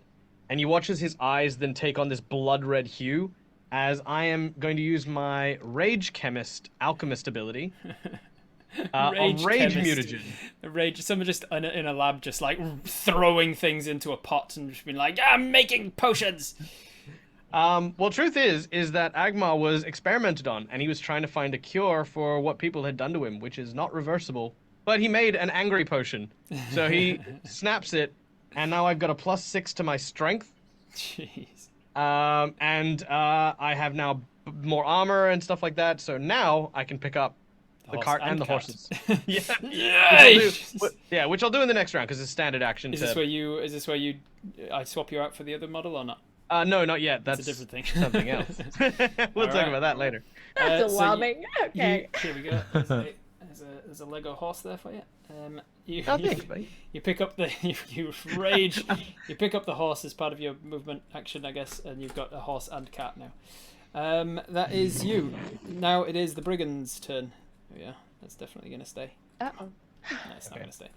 All right, it is the brigand's turn. The brigands are going to see you. One of them's going to shout, "To complete that!" and throw a Tanglefoot bag at you, Dread. And Tanglefoot bag, I've written here. A small sack filled with tar, resin, and other sticky substances. It's a ranged touch attack with a range increment of 10 feet. These guys are here, so that's 5, 10, 15, 20, 25, 30. So because they're outside of a range increment of 10, it's -2 for each range increment, so it's -4 to the attack roll. With the touch attack, what is their touch attack modifier?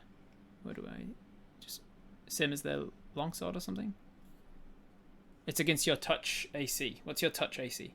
My touch AC is 15. Do they have to touch me there, or the bag touches me? This is it. Yeah, the bag is touching you. It's a touch a ranged touch attack is what it says. Right. Because it's saying like it doesn't have to Because pierce it's not through trying armor. to pierce the armor. It's not piercing armor. It's yeah. just if it can hit you at all, if it can Hells touch yeah. you in any way. Yeah. All right. Now, So hey, look at that. 19 is exactly what they needed. 19 minus 4 for the range is 15. 15 is just enough. So it hits you, and that means you have -2 penalty on all attack rolls and a -4 penalty on your dexterity rolls. And I need you to make a reflex saving throw DC 15. Otherwise, you are glued to the floor. all right. Let's do the reflex now. 15, did you say? 15 reflex save.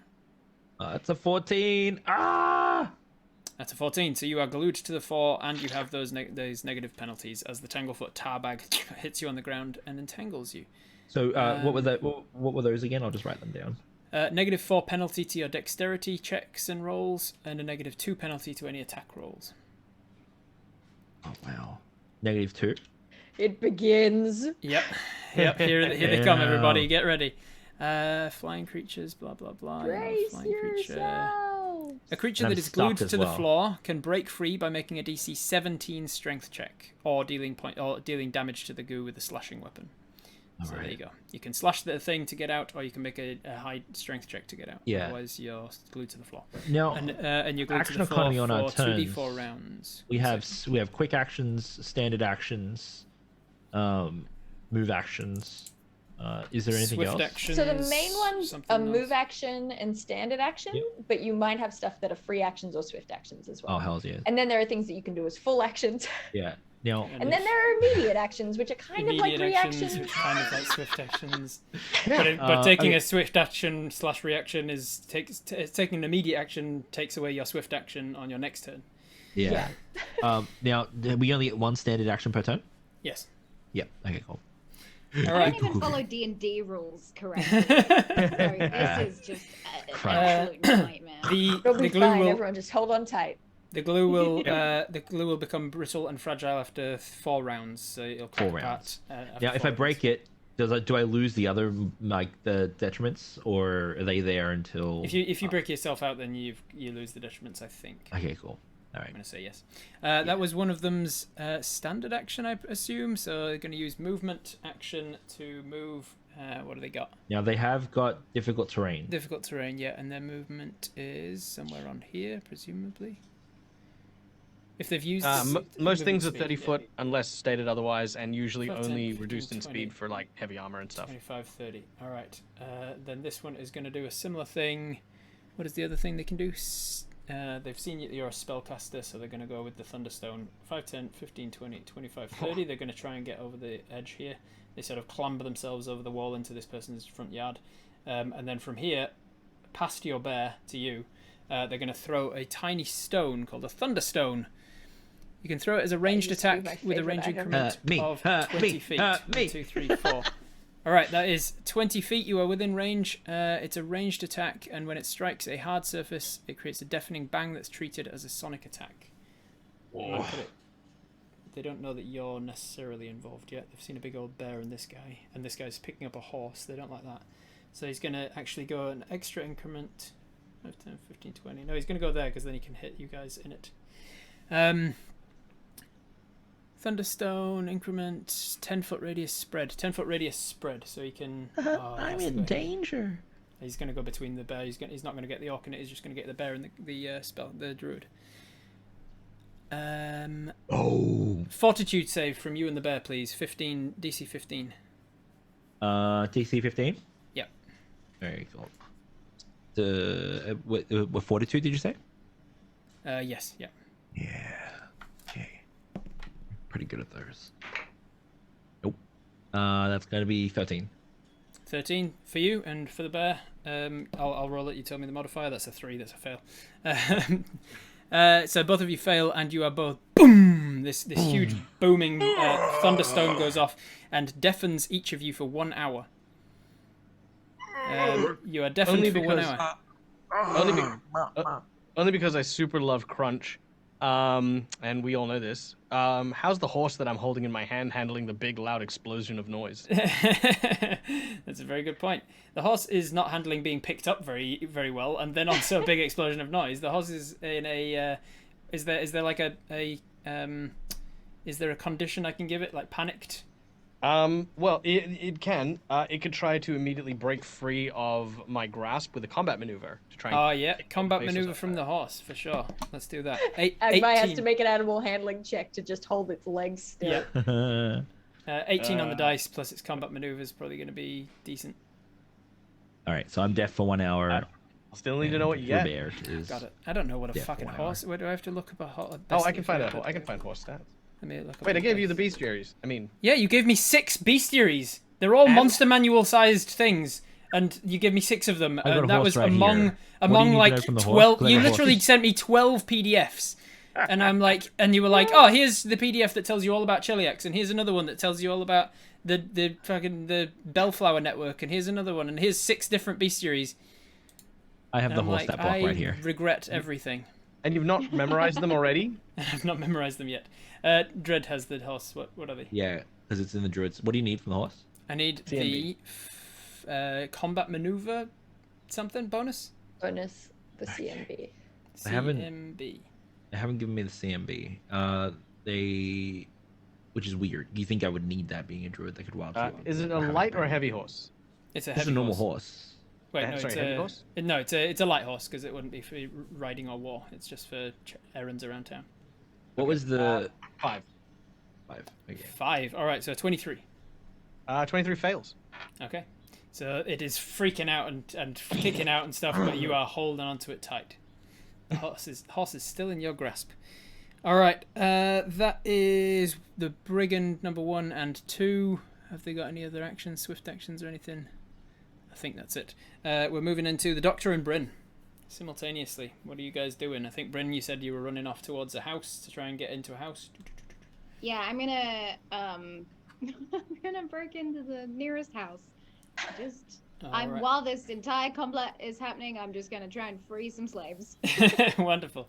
I will have you make a break-in attempt. So this is going to be either you're going to force open the door or you're going to try and lockpick it. Or you can try and acrobat up to an open window on the second floor, on the first floor. And if I was to force the door open or lockpick it, what would I roll? Lockpick would be Disable device. Disable device. There you go. And forcing it would be an athletics check. Just a straight strength break DC. Okay. What? Okay, I'm gonna go with the. I'm just gonna break it open because I think weirdly I have -4 to disable device. what? How? What's your dex? I don't know. It says, oh no, then it's just 0. There's a -4 somewhere and then it just goes to 0. Anyway, it doesn't matter. I don't understand this sheet. I'm going to just Calvin break Ball, down everybody. the door. I'm gonna break down the door. I don't see a strength thing. I'm just gonna roll. Just roll And a dice. I'll decide. That's a 19. 19, yeah. And then my mod says +2 next to strength. There you go then. So So you've got a 21. 21. 21 is Yeah. enough to just burst open the front lock of this door, and you are inside. On the inside, you can see that there's, let's say, there's a halfling lady who's like just laying the table for lunch because it's middle of the day. All right. Cool. That's your swift action and movement. Your standard action and movement to burst open somebody's door and move inside. The halfling lady turns and is very startled by, Oh, what's going on? No, please leave me alone. she hears all the commotion outside and everything. All right, Bryn, Doctor rather. Okay, so how tall? Well, there's buildings on either side of me, correct? In this little sort of offshoot street. Oh yeah, yeah. And how tall are the buildings? They are 2-story buildings, so 30 feet, let's say. Yeah. Somewhere around Yeah, that. I would love to use my movement to make a climb check to sort of clamber up this this building on the left in my lizard fashion. Up onto The here. other building, the other The building, sorry. the other left. Yeah. Yes. I thought you meant your character's left. All right, a climb check, please. Yes, indeedy. So that's 13 plus 8 is 21. 21. It is. Let me think. Is that enough? Because you are climbing up. You have a climb speed. the building isn't exactly made of like cobblestone or anything, so it's a difficult one to climb up. But I'd say that there's enough stuff around like trellises and that. I should have sent you my cheat sheet for DCs for Pathfinder. Oh yeah, It's somewhere in this room. there you go. I will say 21 is enough. You managed to get up because I was picturing like it's got one of those crisscross trellises that's designed for ivy to climb up. So it's got something like that. Cute. And you This clamber is a up. rich district. Yeah, very, very rich, very wealthy place. That's basically my turn. That's your I turn. think. It's a movement and is it an action to climb the thing or? part of- No, just I needed more think movement, so I you probably used would have. Yeah, the dash. exactly. Because I think I would have to get up to the edge of the building to Yeah, do that's fair enough. other stuff. So. All right, that is Bryn and the Doctor. Leaving the only guy left is there's the last guy of the group, who is going to do a let's have a look, battle tactics, improved feint to make some sneak attacks. All right, so this guy is going to improved feint to the side of the bear, and he's going to make an attack. What does improved feint do? Something about giving him a sneak attack, apparently. Yeah, so improved feint, the way it works is it's kind of like duking the enemy. You make a bluff check against a sense motive check from the opponent. If you succeed, they're considered flat-footed for your attack. As most rogues, you get to do this as part of a swift action, which then allows them to be flat-footed for your attacks for the rest of the round. Wonderful. Well, as a swift action, then he's going to do his feint thing to the side, and that was a nat 20 on there. Plus his bluff check, right? You leave Robert alone. His bluff check is based Stop on hitting yourself. charisma? Bluff is based on charisma, is it? Yeah. Yep, so that's a 24 total, and then the bear is going to get a 6 on sense motive, so that's not going to beat it. So he's going to get his sneak attack against the bear for the rest of this round, and he's going to swift attack with improved feint, and then he's going to... Oh, wow, shit, bluff is a plus 13 I've just found. So yeah, that was a 33 bluff. Where is it? Where's his attack?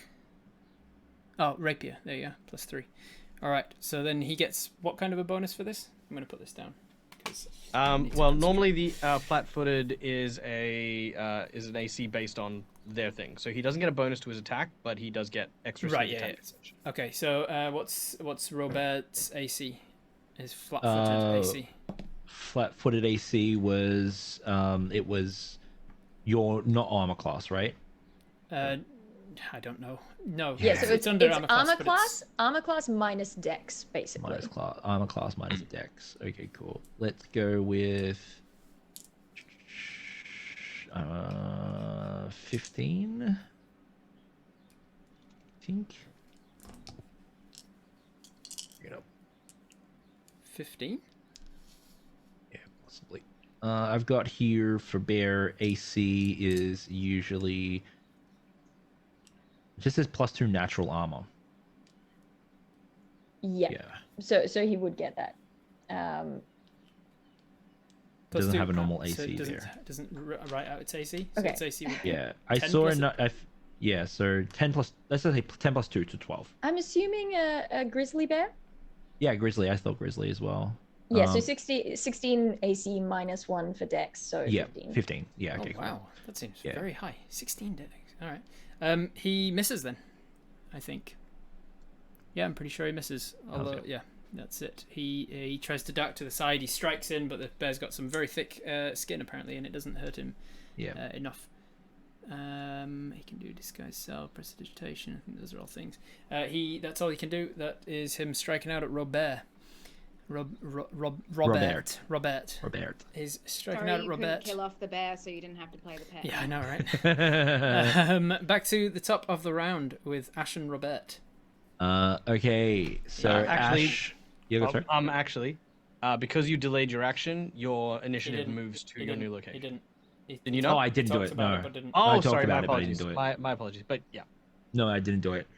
Okay. Robert is in Seeing melee with two guys here and here. Well, this guy's over a wall from Robert, giving him some sort of circumstantial cover bonus. Something. Seeing that his precious Robert is in trouble, you're going to see Ash just begin to scowl as he does. Oh, they do. You can start to see their shoulders kick forward and again, and they go all down on all fours.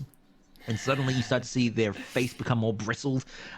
They become more longer and pudgier, and then they turn into a hellish-looking grizzly bear as well. And they're going to run in next to Robert with a. What happens to the Tanglefoot bag here? I don't think. I'm not sure exactly what happens to the entangled. Does that lose concentration generally? I'm going to say, because you're turning into a size category larger than yourself, I'm going to give you a +2 circumstance bonus. Yep. And then I'm also going to ask you for the strength check to see if you can break out of it. Oh, right. Okay, cool. I love that. Hells yeah. Okay, so strength check. Strength check of the bear's strength. Yep.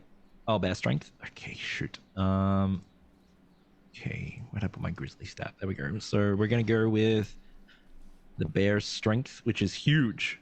It's a 21. All right. Yeah, so like that's a +5 +2, so 7. Yep. So you smash out of the Tanglefoot bag and you press forward. I'm going to say that the total is going to be 22. The materials are still on your person and slowing you down, so you still have the -2 penalty on attack rolls and dexterity. I'm going to say. Hell yeah. Because I give you the breakout as a free action, instead of it being your full thing. But you now can move at least. I'm going to go in there. So how much movement? Into your own tangle. Can you drop a concentration on your tangle, or does it? I'm not sure if it drops when I change into bear or not. Cool. I think and they will have to remake their saves, and everybody will have to remake the saves at the end of this turn. Yeah. Yeah, the one that threw the thunderstone at me, I'm just going to bring out a wild claw and make an attack against them. You done fucked up, dude. You done fucked up. Here comes my claw. Okay. Cinematic zoom. So I just roll I just add the base attack to this roll. Yep, attack AC 16. AC 16 with Does he have any negatives to his AC because of him being in your entangled area? I don't think so. No, not unless they're entangled. Circumstance bonuses for fighting in difficult terrain. I feel like I remember reading something about that. Dag. Oh, sorry. I seem to remember reading something that said if you're fighting in a square of difficult terrain, you have some kind of negatives to your AC or something. Is it flat-footed condition or something? To your AC, yes. You have a -2. -1. You don't know. Ask a Pathfinder. Ask a Pathfinder and get some made-up answer. Bullshit. Look, it's don't even know. Yes. It's a yes, but because you have a dex penalty, not because you have a AC penalty directly. Right. It's a negative to his dex. Which gives him a negative to his AC because his dex will drop. Yeah. So I rolled a 15. 15 will probably do it then, because his AC is normally 16. His flat-footed AC is 14, so I'm going to say that any amount of negatives will take his 16 to a 15. Hells yeah. At least. Dealing 8 damage, and it says plus grab. 8 points of damage to one of the brigands, and plus grab. Is that a condition? I imagine he's got the grabbed condition. Grab. So the way the grab, the way the grab works. So grab is a monster ability which applies to, well, as the name implies, to monsters. Where after they made an attack, they get a free grapple attempt on the end of an attack. If this grapple attempt succeeds, you also get to do your unarmed damage again once more. Ooh. So at the end of this turn, he gets to make another attack? At the end of the attack, once the attack resolves. Okay, so the attack is resolved, you did 8 points of damage, and because it's got a grab in it, you also get to do another attack, did you say, or just deal the damage again? Oh, no, it just deals the damage. Yeah, when he succeeds in that grapple attempt, he'll... Let's do a grapple attempt. So a grapple attempt. Is it a contest, or is it like I'm rolling against their touch? CMB versus his CMD. Yep. Oh, okay, cool. So, 17? 17 versus CMD is going to be down here somewhere, 14. Oh, I don't roll for it. It's just a flat thing. 14. So yeah, that succeeds. So you do the 8 damage again, or do you roll for it? Oh, sorry. No, my apologies. You only do the extra damage if you have another ability called Constrict, which he doesn't. Oh, right. I don't. Right. Yeah. But he's now grappled. But you're not grappled. Yeah. Okay, so the bear has latched on, and your bear, as you, Ash Bear, has latched onto this guy through a thunderstone thunderstone at you. All right, it is now Robert. Robert, I communicate to feast upon those that are present, and can choose whoever they wish if they want to get on my action over here. He's gonna go for the guy who was fainting and trying to attack him and strike him. So he's gonna go for him. Hells yeah! So he's gonna get. It is a +7 Oof, 22. on. Yeah. 22 will definitely hit him. Bite or claw? He's gonna go with a claw first. Okay, cool. Hells yeah. So the claw will be 1d6 +5 and then plus grab. Alright, so that is 6 points of damage to this guy, 6 points of damage to that guy, and then grab. He needs to make a combat maneuver defense. Nat 20. So he's also grabbed. So the two bears have grabbed two of the people. He's got him, and you've got him. And that is, I think, everything that the bear can do. Is that right? Yeah. Now, at the end of my turn, they all need to make their reflex saves again. Reflex saves at the end of your turn. That is a 17 for the guy closest to me, a 19 for the next guy. Oops, Daisy dropped that on the floor. Come back here, you. And a 15. 15 plus, what's the DC that they got to hit? Would be a 16 total. So it's a +3 in the CMD. So I think the bear rolls CMB versus CMD. Wait, what are you talking about? I'm this rolling their reflex saves against. Oh, reflex saves? Yeah, okay. I think I said before 15. Did I say? Sounds about right. Yeah. No, 16. It was me, so it's 16. All right, so they all succeed again. None of them are tangled. However, your bear gets a 7 plus reflex save. He's not going to succeed, so now he's tangled. And then you're in your area as well at the end of your turn, so you need to also make your own reflex save. That is reflex. That's a 16. 16, so you just managed to succeed against yourself. So the only person you've tangled by this entangle spell so far is your own bear.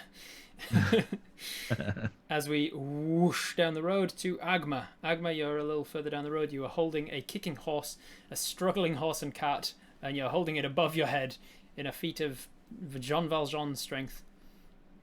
All right. With these thundering footsteps cracking the cobblestone as he makes his way forward, I'm going to move forward 15 foot to the edge of the Tanglefoot bag, and then diagonal to the left a little bit. That's it. Perfect. All right. Now, here's what I want to do. I want to hold the horse in a fireman's carry. Yep. With one hand grabbing onto the attached hinge to the wagon. Yep.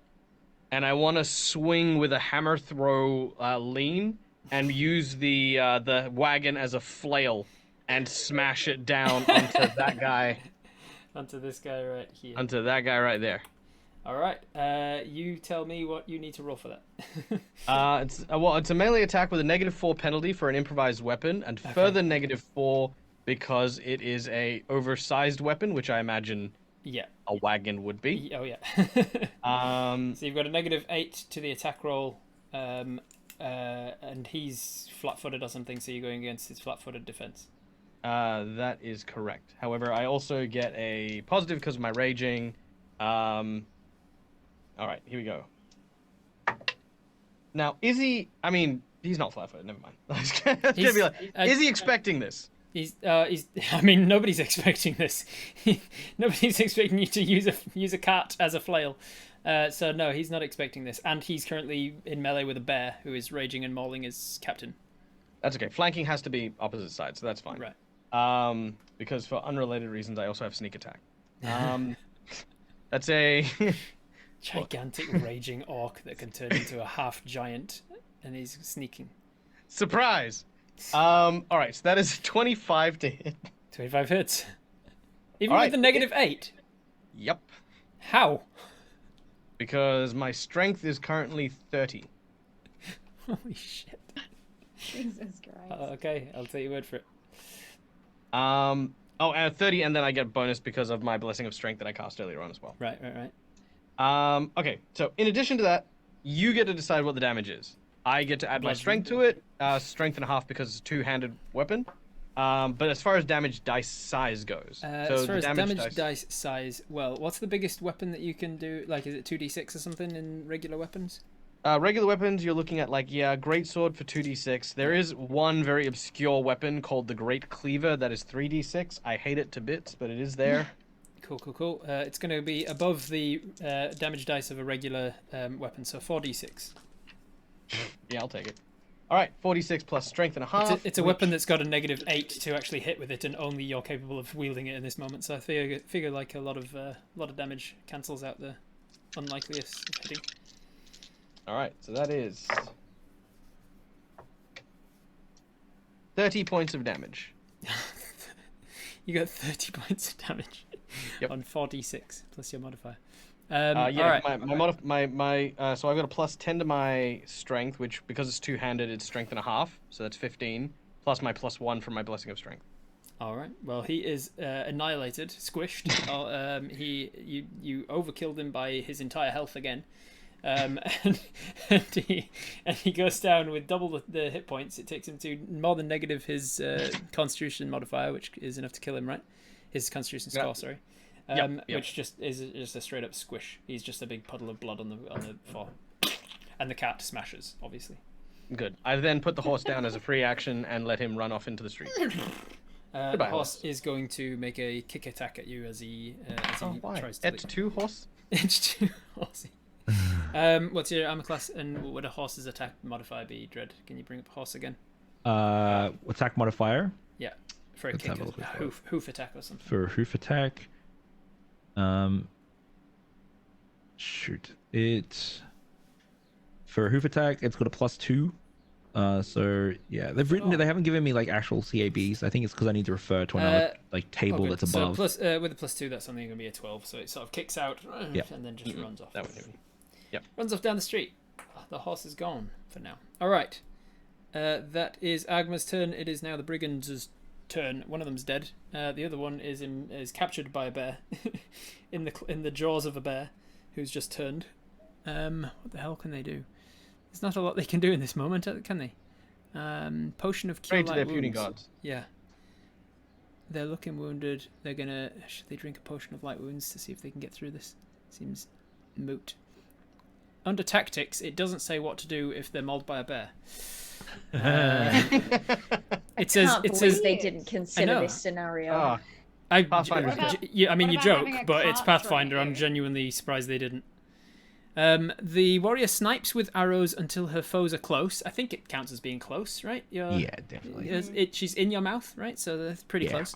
And then uses her sword. She hurls thunderstones at spellcasters and tanglefoot bags at foes wearing any armor. None of those apply, so she's just going to drop her bow and bring out a sword and try and cut herself loose from your mouth. With a longsword attack of a 14 to hit. Does a 14 hit the? It doesn't hit the armor class of the bear, does it? No, it's quite high.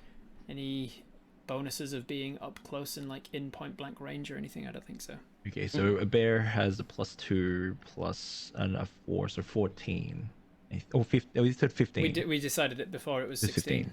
It was 16, and then 15 for being. Oh yeah, because you're flat-footed as well. You're in the You're in your own period. So it's not going to be enough.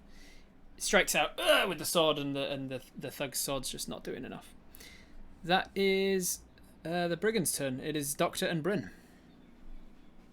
I think mine will be relatively quick, so I'll go.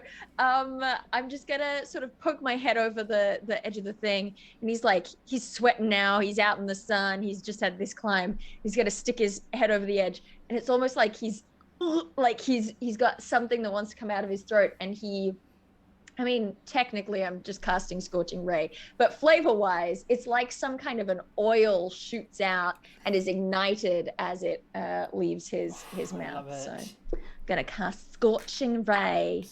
Oh no, that is a natural one.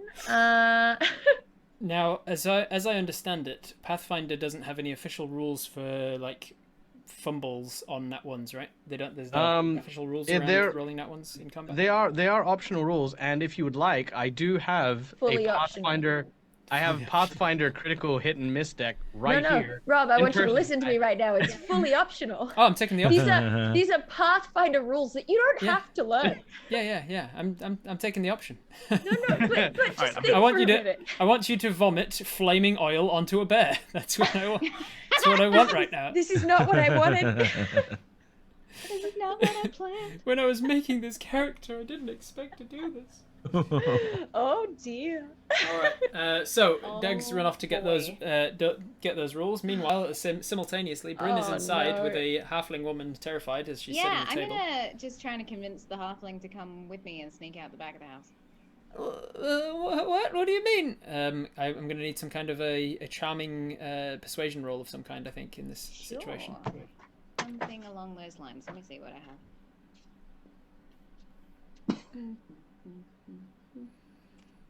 I haven't used these cards in so long. They're so dusty.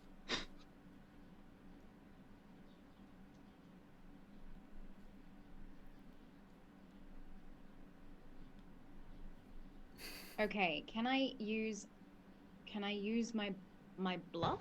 Like, because before we used it to like lay our intentions, right?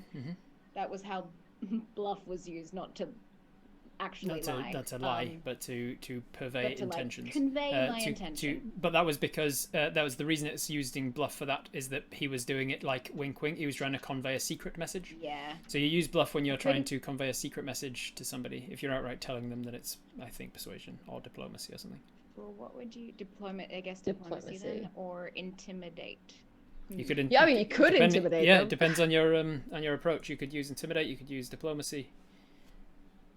I think I'm gonna intimidate, but more so because we don't have a lot of time. Yeah. And also because of that +7. Yeah. Yeah, and because of that. So I'm going to look directly down at her. I don't think Bryn is the type of person to ever sort of smile or look kind anyway. So she's just gonna stare down at the halfling. I'm going to get you out of here, but I don't have a lot of time. Do you want to be a slave or not? No. Then follow me.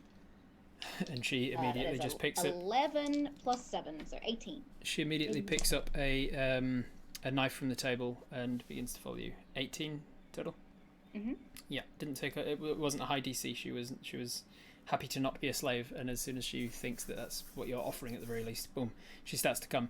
However, I just rolled a percentage check to see if he arrives, and the master of the house comes down the stairs. Tough nose wanker in good fancy clothing. Comes down from the drawing room, having just been practicing the piano or whatever. You heard it stop and Piano. The piano forte. and he comes downstairs to see. Perfect. He says, "Gundry, what's the hold up? What's going on?" And he sees you and, "Oh goodness, ruffians in the house!" And doesn't I seem would like to to kill him. Fair I enough. would like to roll to kill him. Roll. Notice how Bryn. kill Notice how Bryn check. did not say she makes an attack. She kills him. That's She kills just it. kill- Yeah, I just- I don't make an attack. Dead. Just- I just roll Straight to away. die. So I believe the convincing the person to come with you is probably your standard action for this round. That sounds like a standard action, correct, Pathfinder people? Yeah, so you succeeded on that, and she's coming to sort of be behind you, and as you were about to leave, you're like, oh, no, I've got other work to do here. And then on your next turn, you can finish off this guy. He isn't wearing any armor or carrying weapons, so it'll just be a relatively easy thing to do, I imagine. Dag, meanwhile, back up to the vomiting dragonborn man on the roof. What happens with the critical fumble? Ash, I'm gonna kill your bear. I'm so sorry. All right. Now just as I'm going, so I finished off a quick shuffle, but just before I do this, I want to put a little public safety warning here. These were somewhat discontinued because of how unbalanced and unfair the natural ones were compared to the nat 20s. Just FYI, you can't buy these anymore. Good.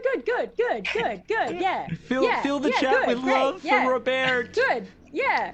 We All right. love Robert. This is what I wanted. This is what I was looking for. I put 5 cards down in front of me, left to right, 1 to 5. Dale, pick a number between 1 to 5. You gotta pick your own fate. 4. All right. That's the most unluckiest So- of numbers. Okay, we've got an option for melee, an option for range, an option for natural, and an option for magic. This is magic. This is Magic? magic at Sort of range. scotching. So I mean, It's whichever one sounds magic best. range. All right. Well, magic fatigue. You cannot use any magic abilities for 1 round. So does the scotching ray I just don't know if misses? you knew this, and but then- I'm a sorcerer. So, what was the ranged ability? The ranged Snap bundle. string. If Yeah, the attack it's was true. made with a bow or crossbow, yeah. Yeah. Magic. yes. Yeah. Oh. So you vomit up this scorching oil, which just kind of drips down your chin and burns some of your chin, like hits the edge of the house that you're standing on. Percentage check to see if it sets on fire. Well, look, It be doesn't. super grateful. Be super grateful. There's the other one of the other options was Klato Verata Necktie. Your attack hits the nearest ally and is a crit threat, and you That's- have to roll to confirm the crit. That's what I was hoping for. I was hoping for a That flaming was one of the bear. options. Yeah, we still want to try and kill Robert. That's the Yeah. Don't kill my bear. You That's the almost goal of this bear. series. almost catch fire to the roof, but it's slate tiling rather than thatch or anything because you're in the wealthy district, and so it doesn't catch fire. But then you do feel like this acid reflux in your chest that's preventing your concentrating on any spells. Sorry about that, sorcerer. Great, On the great, roof. great. It's fine. Movement anywhere? You got movement. Oh, yeah. Oh, this is a really bad idea. I think I gotta do it though. You're gonna jump onto a bear. I'm gonna jump. I gotta jump down onto this guy. Onto the bad guy. All right. You're like, oh well, here we go then, and you take a running jump, Oh. whee, and you jump down to try and land on this guy. Let's see if it's successful. What's this going to be? Athletics, acrobatics, Fly at this point. fly. Oh no. Yeah, because there's no straight athletics. There's climb or Okay. swim. So the way this works is there is a minimum distance that you can automatically travel with what is arguably a run up. That is equal to your strength score in feet without any check. What's your strength Okay, score? great. 16. Strength score is 16. It's not an easy run up because you are running along a sloped roof, so I'm still going to require the check. But I'll take Yeah, that which into would be an account. acrobatics check. Oh, good. I have a +1. Got this. It's a 7. Yay. 7 total. Wait. Yeah. All right, and then a reflex saving throw would it be to not break your ankle as you land? Great. Love that for me. Oh, an 18. 18. Okay, so the good news is you're not going to take a hell of a lot of damage here. The bad news is with a 7, it's not enough to hit the target. So you land down. Poof, you kind of your landing is a little bit softened by the side of the bear that you slam into. The bear is hardy and doesn't take any damage. This hasn't been my turn, you It's guys. not been a good turn for you. You slam down into the bear. Poof. With a high enough reflex save like that, you can stay on your feet as you land, but you will take just simply 4 points of bludgeoning damage. Great. All right, as you land down, bam! This guy sees you come out of nowhere. He's being attacked by a bear himself as well, so he doesn't know what's going on. He's just actually, you landed on a bunch of rubble from a smashed up cart as well. Oh, great. so the guy that was just annihilated Double into a difficult paste. terrain. You landed on the cart on top of him as well. Oh, no. All right, cool. That is your turn. It is now the charlatan's turn. The guy that you just tried to land on. He does not like the idea of attacking this bear anymore. This bear is proven hard to get through. In his mind, he thinks if I can wound this person that's just come out of nowhere, then the bear might go for them instead, and I can run away. So he's going to turn his attention to you. Very rude. He's going to turn his attention to you and use his swift attack, swift thing to feint. So I'm he's going to use his snarling. bluff. I got all this oil dripping down my face. He's going to swipe out towards you with his rapier. I need a sense motive from you as he I'm is. suddenly looking back in time and thinking, I should have cast mage armor in round 1. He got a 30 on his bluff check as he goes to feint to one side. Great. He didn't need to do that, but it's nice of him to think that it was worthwhile.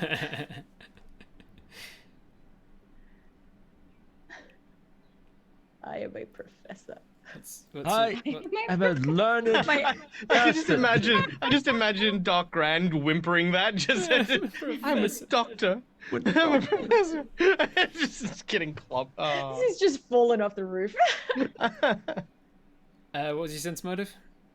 Oh, I forgot that I had to roll that. Sorry, that was my bad. Oh, a natural 20 plus 2. for a 22. That's you didn't really need to roll then because you couldn't beat a 30. So good to waste another good to waste a nat 20 though. It's really your turn, isn't it? This is really everything's coming up the doctor. Love this. Love it. Thanks for inviting me. Thank you so much. All right, so he feints to the side. You kind of go to protect yourself on that side, which allows him to get a strike against you with some sort of negative to your dexterity, wasn't it? And if he hits, he gets sneak attack. Apparently, this guy's really good at feinting because he did that the last time with the bear. Apparently, he's also really bad at attacking because both times he's done his feint with a really high number and then his attack was a really low number. So even with his successful feint to the side, that's going to be an 8 to hit. Oh, thank goodness. Oh, thank the stars. That misses. Apparently he's distracted because he's entangled by magic, or surrounded by magic anyway. He's got a weirdly cursed human man with draconic features and a giant bear that's attacking him. And this makes for difficult situations. It's a lot to take in, yeah. Attacks of opportunity are a thing in this game, aren't they? Yep. So if he runs now, he gets one from the bear and from this doctor. But can he afford to stick around here? There's a bear right behind him and he's attacking. He's gonna risk it. He's gonna try and attack you and then he's gonna fail that and he's gonna move out of range of the bear and the doctor. Get him. Now this is Robert. This is Robert's attack. I rolled a 5 on the dice.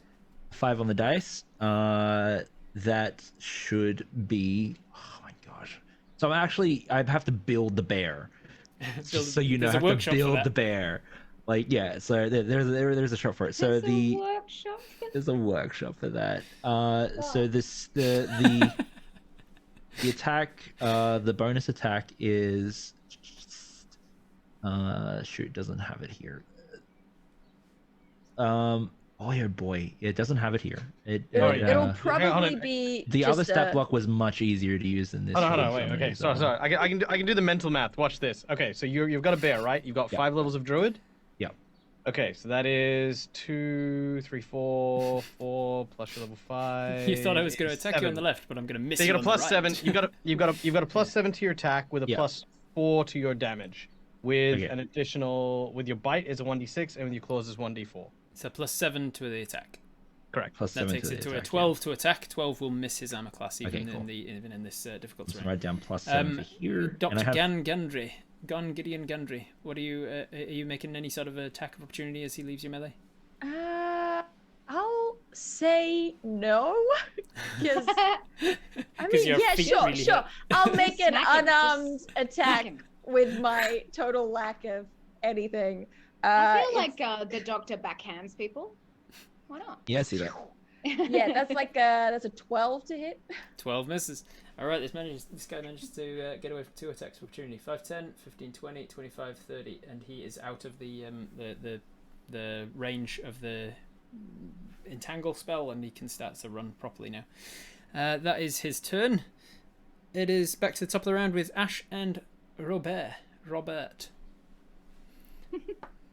What are we doing over here, Ash? Okay, cool. I'm definitely gonna just bite into that one. Now I'm gonna use the other stat block for this one because it is my wild shape.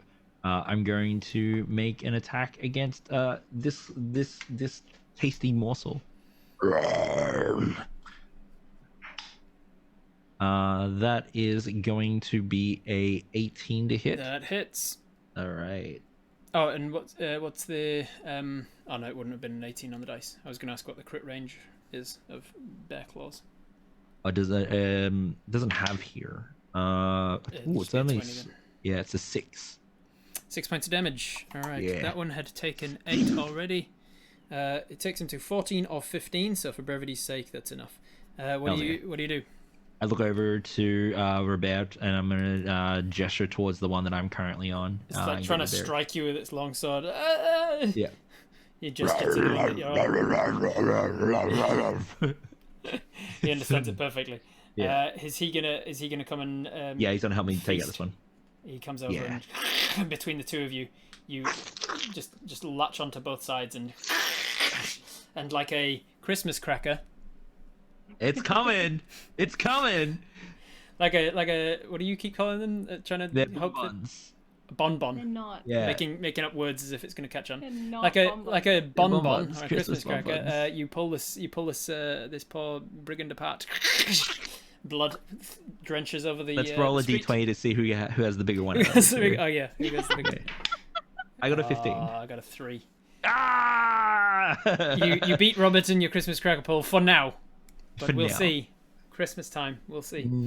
All right, that is your turn and Robert's turn. Yep. Robert's turn. Yep. Agma. All right. So one side effect of the rage mutagen is I now have a -4 to my intelligence. Oh dear. So Agma he sort of wanders over, like I want to go left 10 foot and then forward 10 foot, and look kind of like very one more forward, and look very kind of like This is a confused. building right here. That's what the Oh, doctor is it? was Oh, standing okay. on top of Oh, in that before. case, I'll walk straight. Sorry, I thought I could Straight walk through? around the. Yeah, no. Yeah. And as I do so, it's kind of like the friendly giant as I'm walking past Dr. Gan. And I'm going to offer Dr. Gan a ride, like if they want to take it out of the Tanglefoot gooiness. Great. And Riding a mutant. and it's kind of like the Mary Poppin way of flying. Like he's got his hand by his side with his knuckles kind of pointed outwards, and that's where his feet are. And then it's just along the forearm. Yeah, it just picks it up. And then I'm going to continue my movement through there. Now, do you really want me to make a strength check to break through the Tanglefoot? No, you're good. Okay, good. Yep. All right. And I'm going to walk up to this guy with the rest of my movement. What's your movement speed? Because you 30 foot. You're moving through the difficult terrain of your cart that's all smashed up. So. Yeah, 30 foot. 5, so, 10, 15. I'm going to say difficult terrain, right? So. Yeah. 5, 10, 15, 20, 25, 30, and then from there it's no longer difficult terrain. All right. Because of the broken up cart. Cool. I'll I'll move closer again. I'll just double move. That is all I will do this particular. You are now right behind this guy with a doctor in one hand, and what are you holding in the other? Have you got a weapon of any kind? No, I punch people. You've walked right up behind him, ready to punch him, punch holding him a in. doctor. And Yeah, it's hopefully, like Doctor. The holy fist of the something Yeah, that's right. ridiculous sounding fisting. class. And you war priest or something, wasn't it? Yeah, I'm a war priest, rage chemist, rage shaper. Yep. I love that you got and- rage in there on 2 different classes. Yes, all the rages. I'm It's so all the angry, rage. and I'm not a All barbarian. the rage. And I'm just going to like when a bull kind of like has that.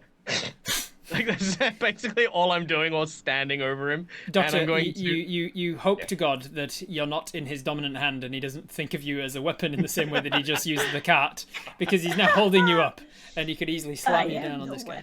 Yeah, and just to make sure that the doctor is out of danger, I'm gonna be like, Just hold them up above like a. Oh no! Like a Bring me cheerleader. closer. Bring me closer. okay, yeah. It's basically at this point it's like talking to a very naive animal. It's like, ooh. Down. Yes, good.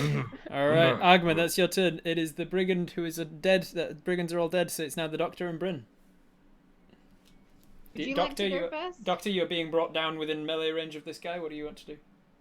I would you now love feel like to your make. spellcasting has come back. I would love to Yeah. make a Say it is. full round attack with my claws and teeth. Thank you so much. Oh yeah. I've fallen off the roof. I've been attacked. I've been picked up by a giant. There's a lot going on. and Magic's I'm not just working feeling for me. quite I'm just gonna tear angry this guy about up. it. Yeah, so I'm just gonna make a series of attacks with my claws and teeth. Woo! So the claws, that's 13 for each. 13 isn't great. unfortunately misses on both of those, unless it's Terrible just rolls. it's not using his touch attack, is it, right, for claws? No, you got to get through his armor. Why do I keep rolling so low? I rolled the same number on each. That's a 13 for the bite as well. 13 on claws and bites. Apparently the doctor he's got the body is willing, the technique is not. Thanks so much for inviting me, but I gotta leave. I gotta go. My super special guest star Dale, and then I'm just critical fumbling a and forcing it to fail. Look, there's only so much I can fudge here. The guy's running away. You try and claw at him, but I think the doctor's just not used to hand-to-hand combat so much. And so, you start raging on him, but you're scratching up his clothing and not getting through to his body. That is your turn. Camera wishes over here to inside as the guy comes out. Oh no, ruffians, get out of my house. Give me my slave back. I'm gonna rush him. I'm gonna take my 2 sawtooth sabers and just like slice him like a fucking cake. All right, roll it. Now, I've been trying to read this sheet the entire time. I've been delaying being part of this combat the entire time. Now I do have 2 weapon fighting, but it's a very complicated sheet. It doesn't tell me if I can hit it twice. Yeah, I'm assuming you can as part of it. Okay. Swift action and a standard action or something. Unfortunately, no. It's a full round action to attack with multiple weapons. And you had to move to get there. And because you had to move, yeah. Well, I did say that the guy walked into the room, and what I failed to say was that he walked all the way over to try and get his. Yeah. He tried to get his slave back by walking up to within 5 feet. His slave. And then you can make a 5-foot step and still do your full round action, right? Yes, you can. Yeah, you see, I know things. Thank you. You make a 5-foot. He doesn't get within melee range because that would be stupid and suicidal of him. He's just trying to chase you down to make sure that he can get his slave back. He stays. He's like, oh, I'm safe here, but then you take a 5-foot step and then make a full round action to do your 2 attacks. Okay. I usually, in my preparation for one shots especially, I go through everybody's character sheet and I go, what have they chosen? What sort of skills can they do? What have they taken expertise in? What languages can they speak? I want to make my players feel like badasses, so I deliberately designed the encounter of the one shot to be like, let's give them something they can do on each of the like something that makes them feel good. I looked at all of your sheets and I was like, nope, not today. I was like, I don't know what the fuck is. I have genuinely been reading this for the last hour whilst we've been doing combat, and I still don't understand. All I could work out was like, I better give them something heavy for Dag to lift up. And it worked. Laundry cart. So it looks like you're rolling 1 attack with a +8 and 1 attack with a +6. Okay. So I rolled an 11 and an 18. Both hit. Okay. And then both of the damage from what I'm looking at is 1d8 + 3. Yep. Nice. Thank you, Pathfinder people. Okay, so the first one is a 7, so 10. And the second one is a 6. All right. 19 damage. With the first one, you draw it across. It hits right here on the clavicle and draws quite deeply right across his throat. Opens up like a good 3 inches into his throat to the other side. And the second one comes across the other direction, across sort of his chest area. Cuts down into his bicep on one side. Cuts across his pecs and digs deep into it. Like it only stops because it hits its rib cage, and then he just drops to the floor. Thank on his God own. one of these characters knows what they're doing. Drops to the floor in his own living room as the halfling behind squeals as you do this. And you turn and you say, "Let's leave" or whatever, and she walks over and spits on him and then follows you out the room. I would like to just shake off his blood off the swords and resheath. My favorite part is Dale's like, at least one of these characters knows what they're doing, and it's the player that knows the least. The player who knows the least is the character that is most competent. I knew I was being very brave choosing a The spellcaster more you know about the and game. a spellcaster. The worse you're gonna roll. The worse you get. Yeah. Yeah, perfect. I've killed a man. I think there's like a cool camera sort of montage between one person striking out with one sword and then it cuts to the doctor striking out with the claws, and we're seeing them both attacking with multiple attacks. Yeah. And then it kind of reveals the carnage that both of them did, and the Slayer has got this dead nobleman at her feet, and the other guy just has not even scratched up this guy's cloak. Yeah. Take that, you brigand! Take that, you. It is now this guy who was running away. The orc has come up behind him. He's now no longer in the range of the bear. Is he just going to run? I'm going to give him a chance. Is he going to run? Is he going to try and strike one of you guys before he runs? Yeah, he's going to strike one of you guys before he runs. He's going to go for... It makes most sense. We all know what the answer is, Rob. Just say it. I'm trying to decide because the doctor isn't the most threatening to him. So is he going for the bigger threat or the one that he might actually be able to take out? Odds and evens. Yeah, he's going for you, Dale. All right. I would have lost respect for you if it wasn't me.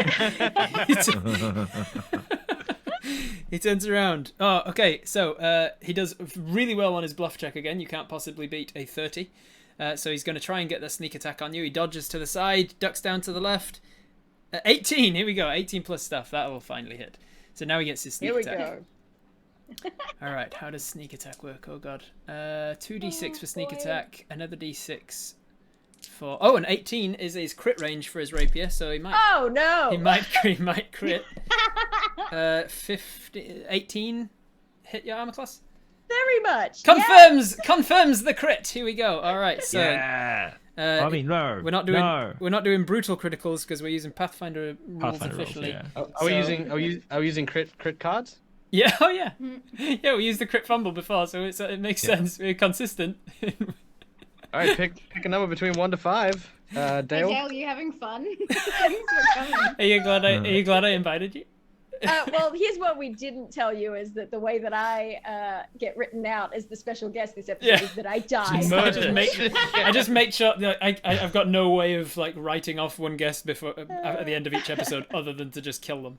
Yeah. Kill them. How I think did it. That's why William turns all Great this story. down. My dragonborn mutating doctor was killed during a laundry heist.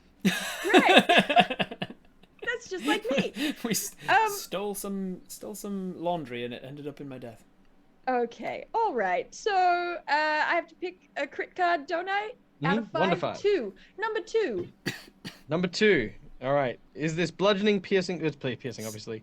Yeah. This isn't bad. It's not bad. Oh wait, no, it is kind of bad. I mean, okay, it's called pinned arm. Double damage, and one arm cannot move.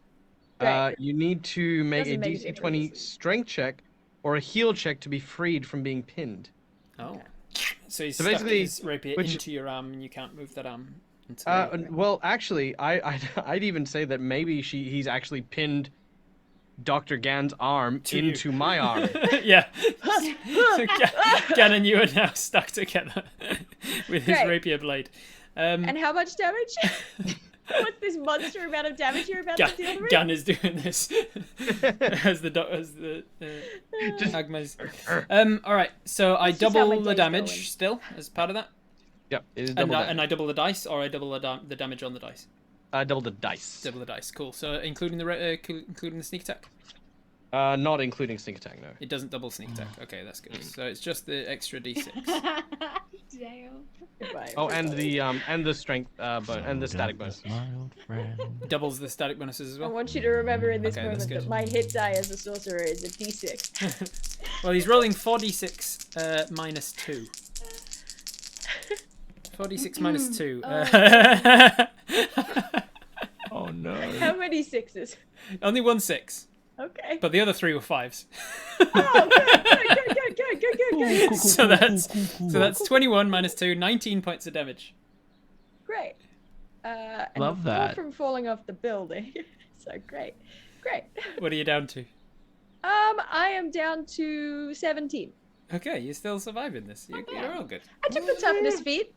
Yeah. I you was got waiting it. I'm for that good to happen God. for us. Yeah. So he turns around, strikes through once, hits you, pins you into the other guy. Then, does that mean his rapier's pinned as well? I'm going to say so he's just going to let go of the rapier because he's like, if it pins them Oh, that's together, it's a great. disadvantage. It's a disadvantage for them. He's still got his ranged light crossbow, so if he can now run away from you, he's going to do so. He's going to turn and run. It worked before, so he's going to risk it again. Attack of opportunity from both of you. You can go first. I was gonna say, if Agmai, your unarmed strikes, right, is your attack. So if you make an unarmed strike with the arm that is pinned to Tails' arm, Yeah. then you're making 2 unarmed strikes with your modifier. Here's a fascinating piece of information about Gendry is that he's left-handed. So actually, this is fine. Beautiful, I love it. Okay, in which case, Dr. Gan, if that is the rules, I will take the penalty for using my offhand, and you can be right-handed. No, because here's the thing. First of all, if you get to use my bonus, that means you get a plus 14 to your attack. Why do I get to use your bonus? Because he's Because hitting with I'm your hitting arm. I'm using the arm with you in it. You're using he's using his own strength, but You punching are with the your weapon. arm. Great. And I've got my claws out, so Yep. good. Okay. All right, so I've got plus what? Fuck knows. All right, Somebody so roll. you get a plus. 14. You get a plus 14. Great. Okay. Oh, and I rolled a 14. 28. 28 hits. Roll the damage of your claw attack. Great. Does she get to add my strength bonus? Yes.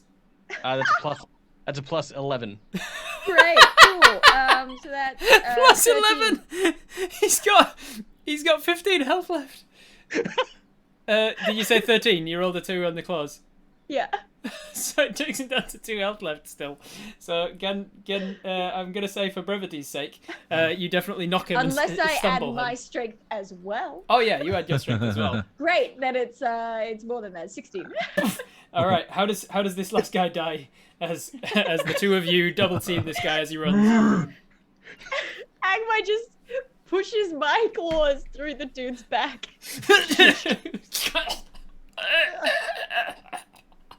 and then he tries to shake it off, but and this guy's just like now Agmai has 2 people stuck to his hand essentially. He's just lifting them both up. You're stuck to his hand, and it's hurting like a motherfucker because you're pierced to him through like stapled with a rapier, so you're going like this. This is very unpleasant.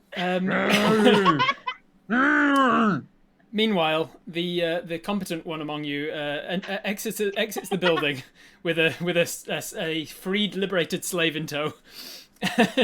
as you exit the building, you see that in like the 12 seconds you've been gone, there are now 2 bears on the street that are eating somebody. There's blood everywhere, and there's a smashed up cart, a horse that's running off down the street. You hear Gan screaming on the other side of the building. What happened? I'm just gonna walk around to see. I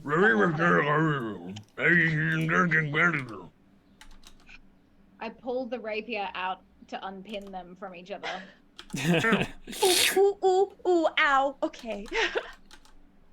I'm gonna say that gives you 1 more point of damage as it comes sliding out of you. Great. Do you have any healing or anything? Why is there 2 bears? What happened? And what happened to the horse and the...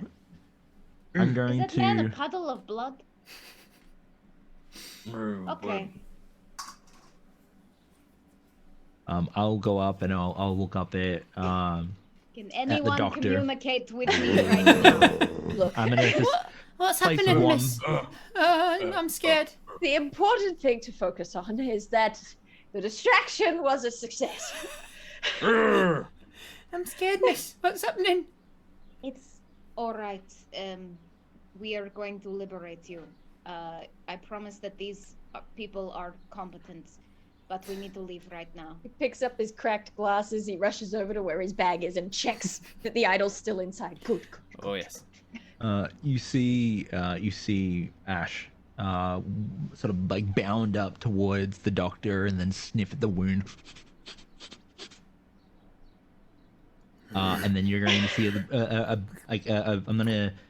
gonna bring a bear paw out. I'm just gonna place my bear paw on there, and I'm going to naturally cast Cure Light Wounds. You do that as in a my bear? bear form. Yeah. As a bear? Because of my feet. Nice. Ooh, Yeah, 'cause of my feet. Ooh, that tickles. It tickles.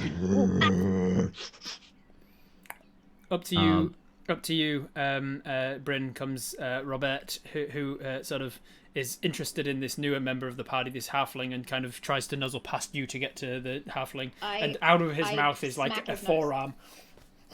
I just boop him. Is there animal handling in this? Yeah. Yeah. Make an animal handling check. Me Sure. or oh yeah. No, because I'm booping the Booping the snoot. booping the snoot.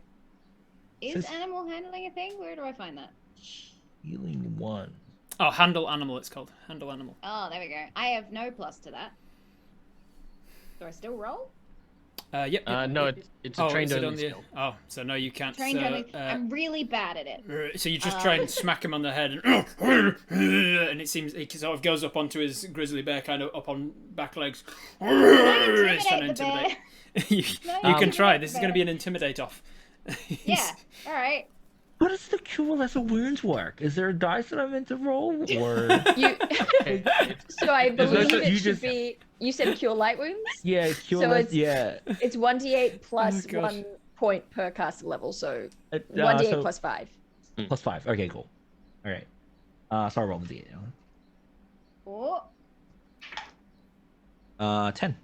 Oh, that's so good. Thank you.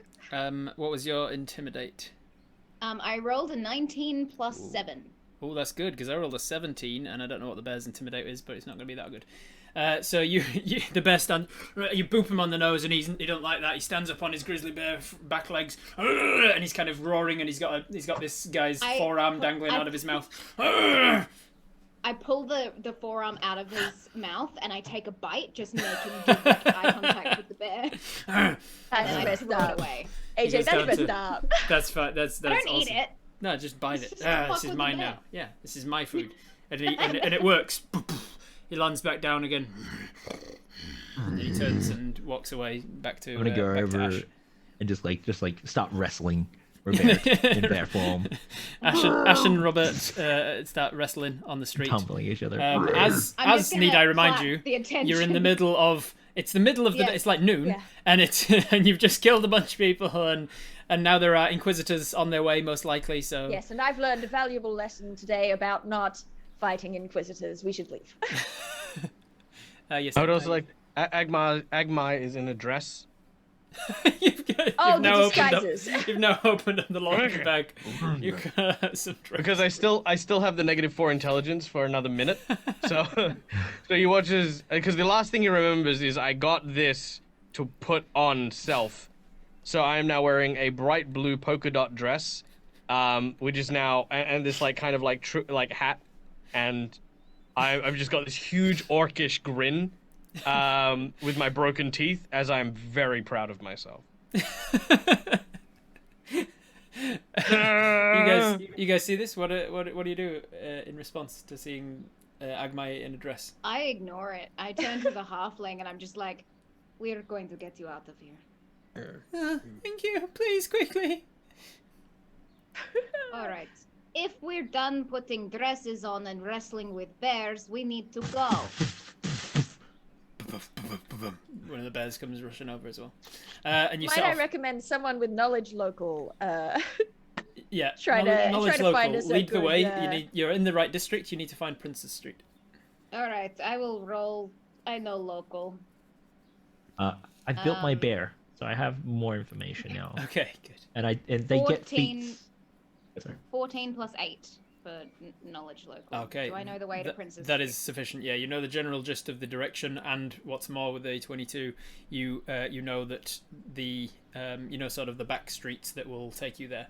There is a larger building that is used as sort of a storehouse, warehouse kind of a thing, and you know that on this day it's probably empty. So you go a slightly longer way around to avoid the inquisitors that are going to be running down to this street. You make your way down past that, and it takes you about 20 minutes or so to get from where you are to like slowly going through, making sure that you're not followed and stuff. Obviously, you're going a lot slower than when you got to this district in the first place. Eventually, you make it to Prince's Street, and you set off down it from one end to the other. How long does your wild-shaped bear thing last? Are you still 5 in wild shape? hours. So you're still in it? 5 hours, yes. I'm Yeah. a bear. I'm much more comfortable being a bear than a dwarf. So you've stayed in that's bear been shape. established. It's yeah. it's going to be pretty difficult for you guys to make it all the way. Actually, I'm gonna give a chance for a retcon here because if you are in fact going as bear, then now there are 2 bears, one of which can't really control the other one anymore. You have a lot less control. I can control it from my I can communicate. Oh, you even can. better. You can communicate with your allies in the We're more in tune than I will, when I'm. I will not give. I'll Also, say for the folks at home, Ash can only turn into a bear once per. Yeah, once per day. So, right. Yeah. Make it count. It's not twice per short rest like with. One, and it's like just a really long time. And there were like 2 or 3 ways to get around it as well for speaking and stuff like that. You but can't go. You can't like jump in and out of it for that 5 hours. I don't think so. Unless you homebrew it. I'm not homebrewing things. Rob, you're the GM. This is Pathfinder. Pathfinder rules are nothing. And all right. yet I had to roll crit. That was one of the optional rules. That is a Pathfinder rule. When 1 minute ends and those red eyes kind of vanish from Agmai, he first of all he looks around to make sure that no one in his friend's circle got killed. Then he takes off the dress and is actually going to try and wear I'm using some laundry from the bag to wipe the blood off my arm. Yeah, you're alive. It's alive, dead. Those are the 2 states of being an orc. So he's going to wear just like some assortment of clothes to just kind of make him look a little less like a slave barbarian kind of thing. So I'm going to make a disguise check. All right, make a disguise check. Oh, that's an 18 because I have a -1. 18. Yep. 18 is still a decent number. It's not great. In Pathfinder, it's not great. Not great, but yeah, it's fine. But it's fine. It's an average Pathfinder number. Look, for an orc wearing a dress, I'm doing pretty good. I'm also going to, on the way, I'm going to do I'm going to be basically working on something. So, the way this works is, I can only make 1 active mutagen per day. Right. However, it takes me an hour to prepare it. I do have the ability to prepare it partially up to a 10-minute point. So if I can take 10 minutes to finish that... So you can, it's an hour to prepare, but you can do it in 10-minute increments of that hour. No, more or less. It's more I can have 1 active, so I'm going to get 1 done early on before the day. So you can get 1 up to the simmering point that you can then reheat in the microwave later and finish Basically, that's what I'm going to do. So I'm going to use the 10 minutes of our travel to reheat that one, so I've got that. The proverbial microwave, The proverbial microwave, the Pathfinder microwave. Yeah. I'm going to just take the opportunity, just sort of ahead of getting there to cast Disguise Self on myself to try and make myself look less like a half lizard person that maybe people saw falling off roofs outside their homes. You get the impression that you are going to be all very wanted people, so it's a good idea. Yeah. Do you need to cast anything for that, or like roll? Yeah, it was a 1st level spell. There's no rolls or anything. There's no rolls involved. All right. What do you look like? I look like probably a lot like how I used to look. So I imagine that I've lost a lot of hair to the scale growth and things. So no longer the elongated snout. I've got lots of hair, probably curly blonde, and I might make myself a little shorter.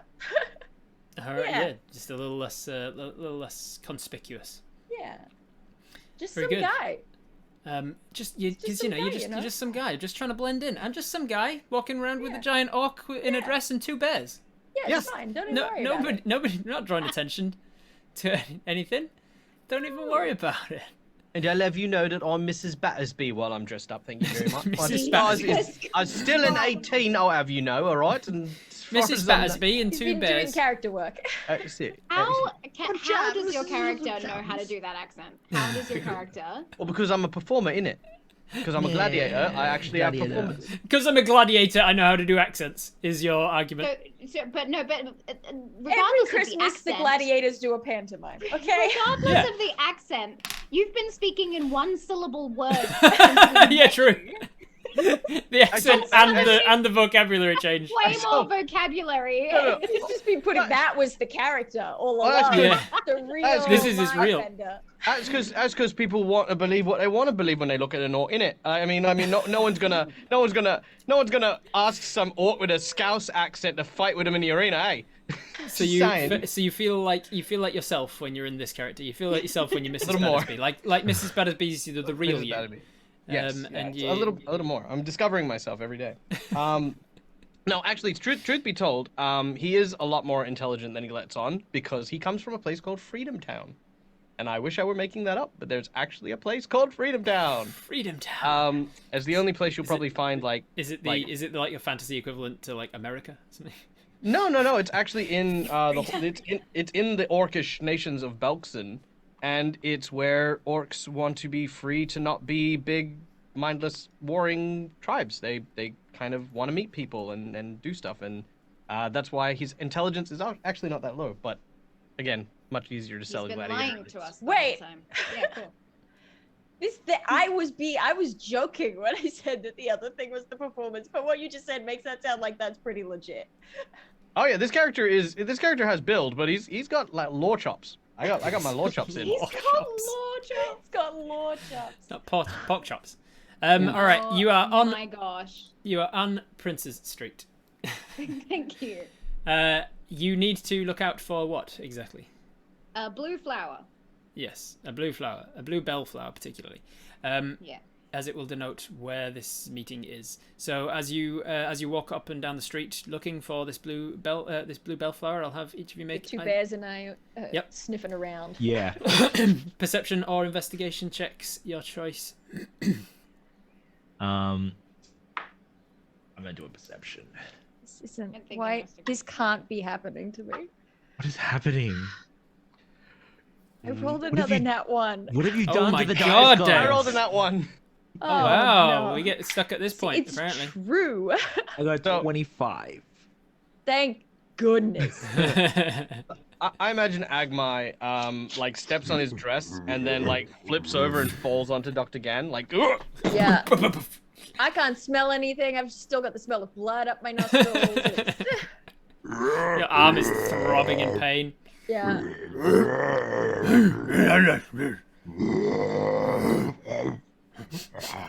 I think the bears might have something. Starts setting off down the road quite a clip. What is them it, the boy? bear Did Timmy fall down the pair? well? The bear pair. Yeah, definitely. The bear pair set off, and you get to a basket weaver's shop, and you see that outside is a lovely wicker basket, and it's being used as like a flower display, and it's got this beautiful display of like Snoot is going straight into that flower basket, and it's just like freaking flowers everywhere. I upend it. And Ash. Ooh. for a fleeting moment, you saw that the flower display had a bunch of like reds and greens and oranges in it, but there was one tint of blue of a blue bellflower that had been placed in that seemed a little bit out of place, like it had been placed in after the fact. And then suddenly it's all over the place, and Flowers everywhere. you can see petals everywhere. You can see Trying a to single. pull Ash back out of them. There's a blue bellflower that is now like destroyed into petals. And you realise you found that the meeting is at least in the this basket weaver's shop. You hear a frightened sort of from inside, and then a human woman comes to the door and says. She goes to open it and then slams it shut again and just shouts through the door. What are you doing? What are you doing? Oh God! I'm sorry for my bears. This bear has a hat now in the way of a basket. He's got a basket just on the head. Don't worry, they're not really bears. Well, Poof! He tackles you, Robert. Robert takes you down. They He wants stop that wrestling hat. again. He wants that hat. You guys are wrestling on this poor lady's front lawn, essentially. Amazing. I'm going to assume that if this lady is sort of scared and just a shopkeeper, that although the deal might be happening or like the meeting might be happening in the nearby vicinity, that it's probably not to her knowledge. If the like basket itself had just had the flower placed in it and it Seems wasn't like it part might of the be. arrangement. So I'm gonna wrestle You know the what we could bears try? away You're from gonna the get in on the frickin' bear flower wrestle? shop. Okay. I'm just gonna say to the woman, yes, hi. We were looking for a meeting, and I'm just gonna scratch my collarbone the same way that was done earlier on. Okay, so you do this. You do so. I will have you make some kind of recall check to see if you can pick up on exactly what his body language was at the time. Okay, all right. You've got recall check. Okay. It's a relatively low DC because you've seen kind of history, perhaps. It is, yes. It is historical event, a very, very recent historical event. Yeah, great. Whee! Okay, that's it's maths. I'm sorry, I'm so bad at numbers. That's okay. So it's 12, but then it's 14. It's 12, but then it's 14. I had to do 6 plus 6 plus 2. Look. I'm an English major. We got there. It's fine. We can't all have a maths degree. So This is uncomfortable. I just wanted to be a bear. You are a bear. You're wrestling with another bear. Clearly, for the next 5 hours. I feel so judged. Yep, you've done your thing. You do the thing, and you remember the stance that he was in, and the collarbone scratch that you were doing. And you see her sort of peeking through the door now, and she says, "Oh, you're friends of." And she rubs her ear, and you're like, "The ear, that was it. It was the earlobe. Yeah. It's the earlobe, yeah." Oh, I knew. And she goes, "Oh, you're are you friends of? Are the bears okay there?" And then she starts to stand herself in a fashion that's like a little awkward for her to be standing in, but you can tell that she's moved her body positioning as a way of like pointing with her feet in a certain direction. She's sort of almost like in ballet turns. She's standing. It's almost like first position, but her feet are a little bit further apart, which I think is fifth position. She stands. I'm trying to remember the positions of ballet now. It's completely unnecessary for what I'm doing. But now this is how my brain works. There's definitely you could definitely do Fifth is like that. thieves Fifth can't is- fifth in is like ballerina. that, I think. She stands with her feet pointing one at you and one like further into her store, and you being with your ring and being able to read, understand thieves can't, even if you can't speak it back. This is a symbol that the thing you're looking for is in this direction, and then with her hands, the way that she's doing things, that's what's denoting what the thing is that you're looking for, and the way that she's holding her arms as she's speaking is that she's denoting a meeting. So between her arms and feet, you can tell meeting in this direction.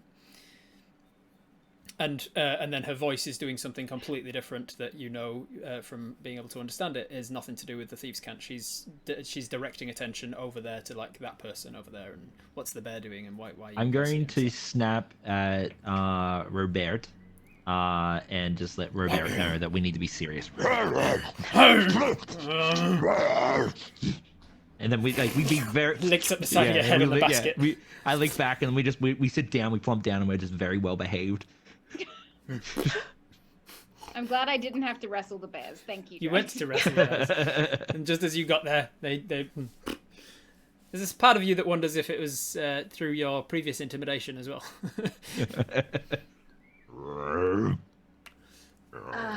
To both Yes. of them, because I held one at knife point. Yeah.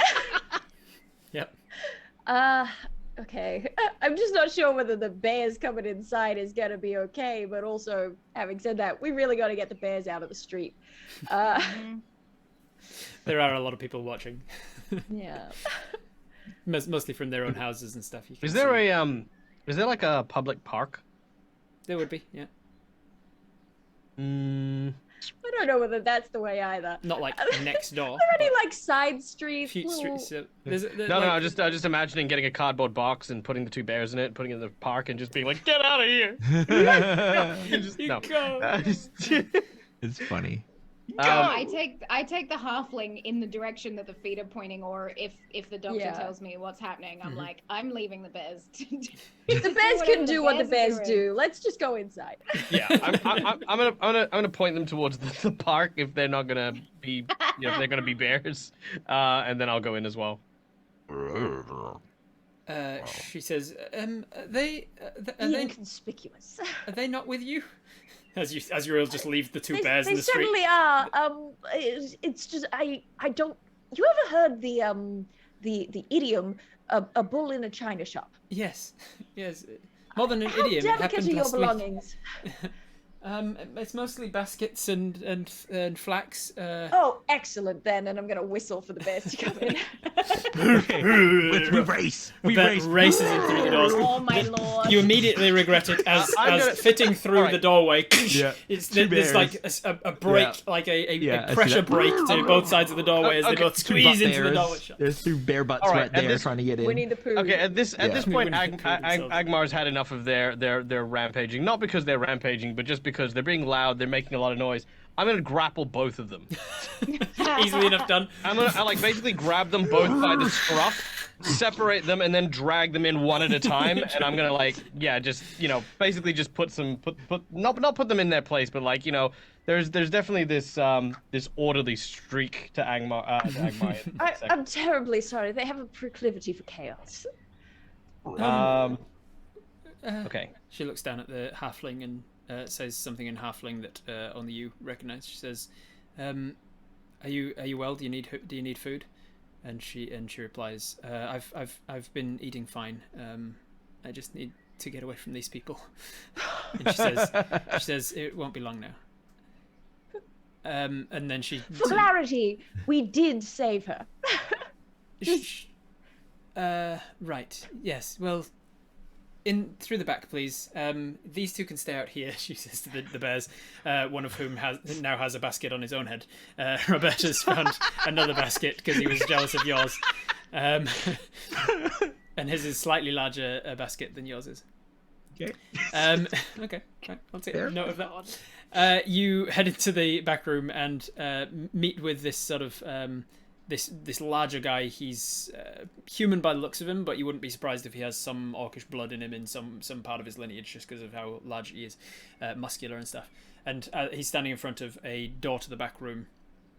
As you enter, he's kind of been hearing all of this from the front shop, but not left his post because it's part of his job. He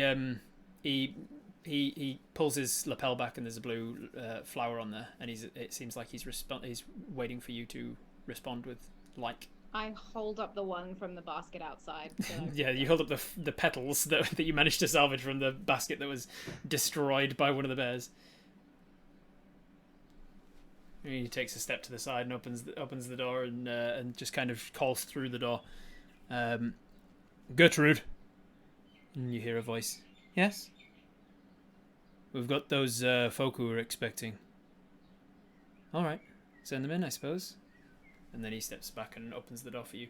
You see this like really dimly lit, candlelit room in the back. There's a young halfling woman sitting behind a large desk, and in like this large human-sized throne, kind of a chair, so that her legs are kind of dangling in front of her underneath the desk. There are 3 other humans in there and 2 other halflings as well. One of the humans in the room is one that you recognise, the one that took out the one that told you to be here. He says, "Well, that was quick. Allow me to introduce Gertrude Fallows." And as you go through some introductions with her, the camera kind of montages some of the expositionary stuff. And we find ourselves back in this room in the more of the midst of a meeting as you've now filled her in on everything that you did to get this halfling woman get her released from her servitude. And she's telling you, she's in the midst. Gertrude is in the midst of telling you, "Well, I can certainly help you out. It seems you're competent and." We don't normally help strangers that aren't in dire circumstances themselves, but it seems that you have certain abilities that, with the right training, could certainly be useful against the people of Cheliax. I don't know if you've heard of them, but there's a faction called the Eagle Knights out in Andoran, and if we were to smuggle you to Andoran, then perhaps with the right training from the Eagle Knights, you might be able to come back and help us liberate some more of the Chelish. So I'll help you on that condition, that you speak to the Eagle Knights, you get training, and you come back. I cannot speak for my comrades, but I agree. Anything to help the people. Is there like a time frame on this? Do you expect to be doing something else? Well, I'm on sort of a ticking clock, and I'm gonna drop disguise self and say I'm A couple not of entirely the guys sure. go for weapons as you drop them. Oh no, my apologies.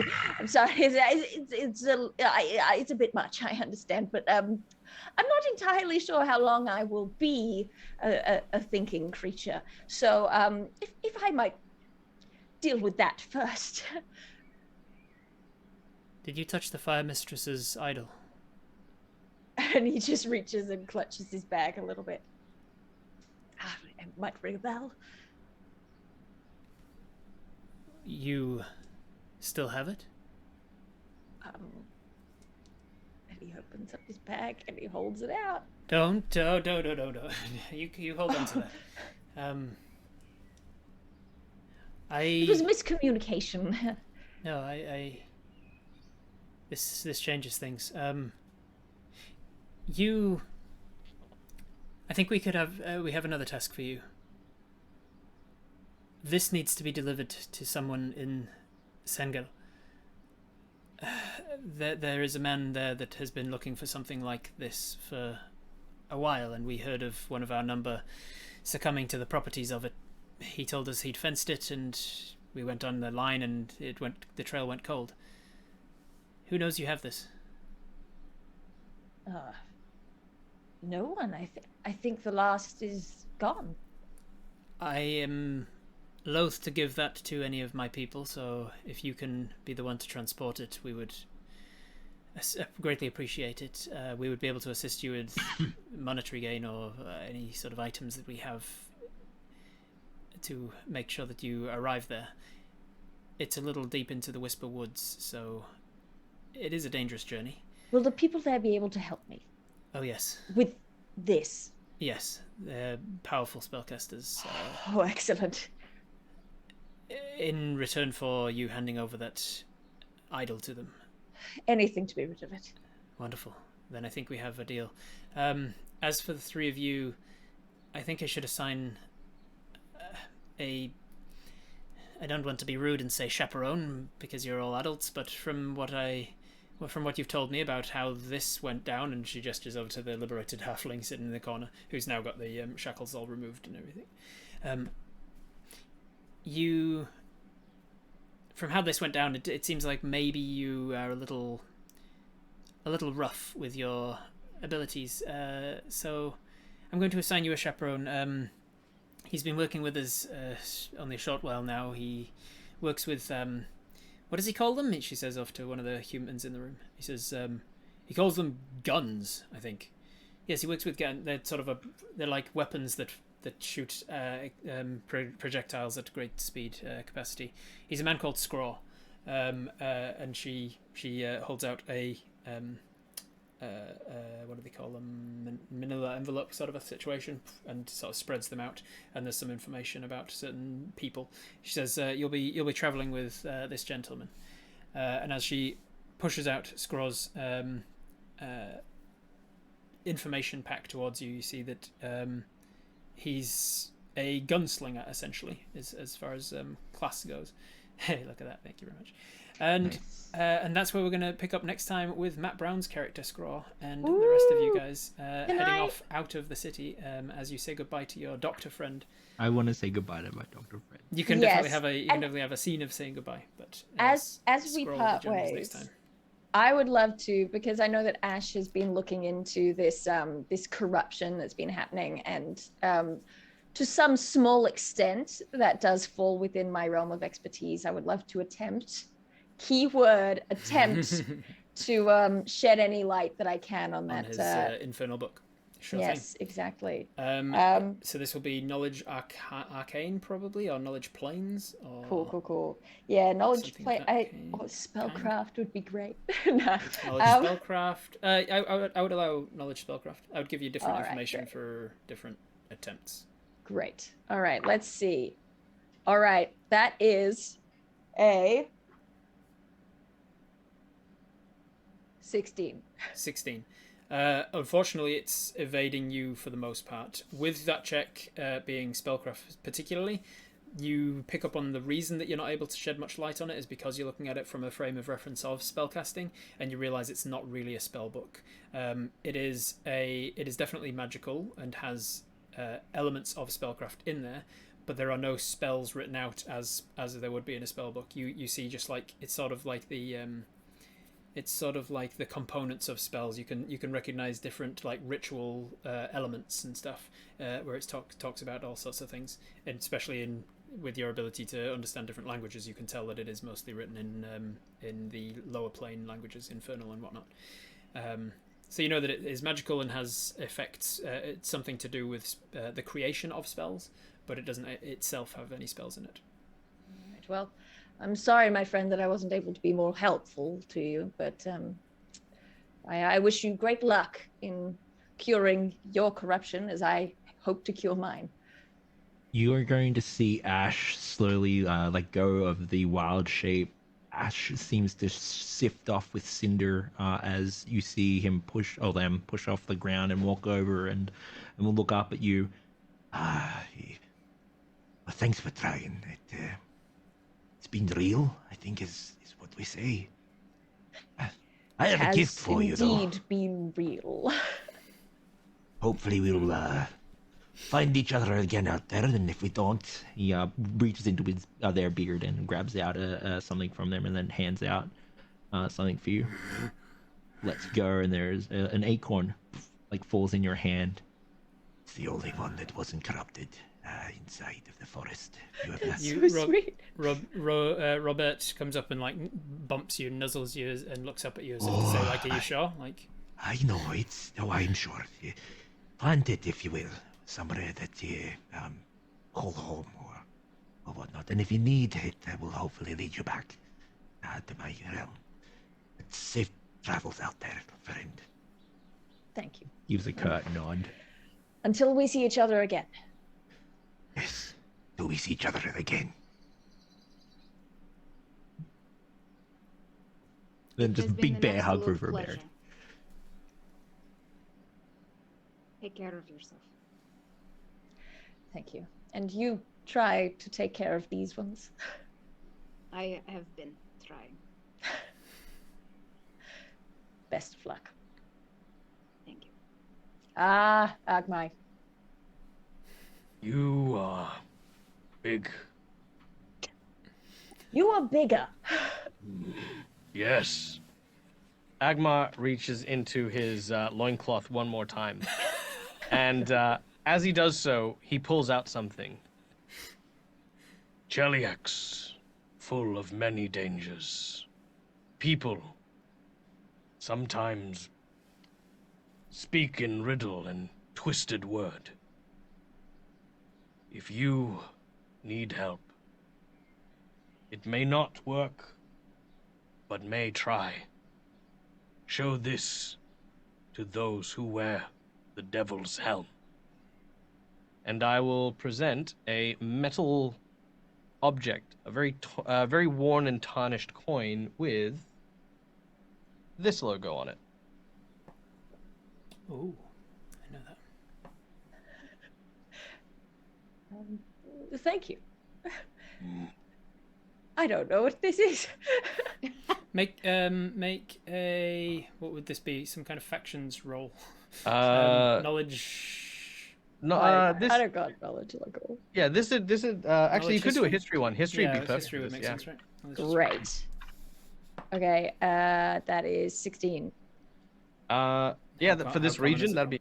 Yeah, That'd be pretty 15. common in this room. Yeah, it's pretty common knowledge. It's one of the symbols of the Hell Knights, which is a faction of like super law enforcers. Essentially, like they don't give a shit about morality, good and evil. They just enforce law to the greatest extent. Okay. Thank you. So basically, he's saying if you get in trouble with the Hell Knights at all, you can show them this, and they'll be lenient on you. All right. Well, thank you all so much. Do try and stay out of trouble. Get out safely. Does Bear to say goodbye. Goodbye. Goodbye.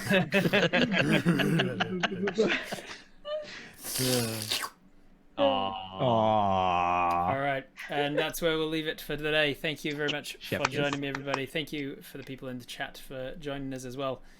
Appreciate it a lot. It was a lot of fun. My first time at GMing a Pathfinder game. We survived it. Only two down, two more to go. So quickly as we wrap, then let's go down the line and explain who you have been, who you continue to be, and where people can find you continuing to be that person. We will go in reverse order from the top of the round, top of the this session, starting with Dale Kingsmill. Hello, thank you so much for having me. I'm Dale Kingsmill, and you can find me on YouTube at Monarch's Factory making videos about D&D, amongst other things.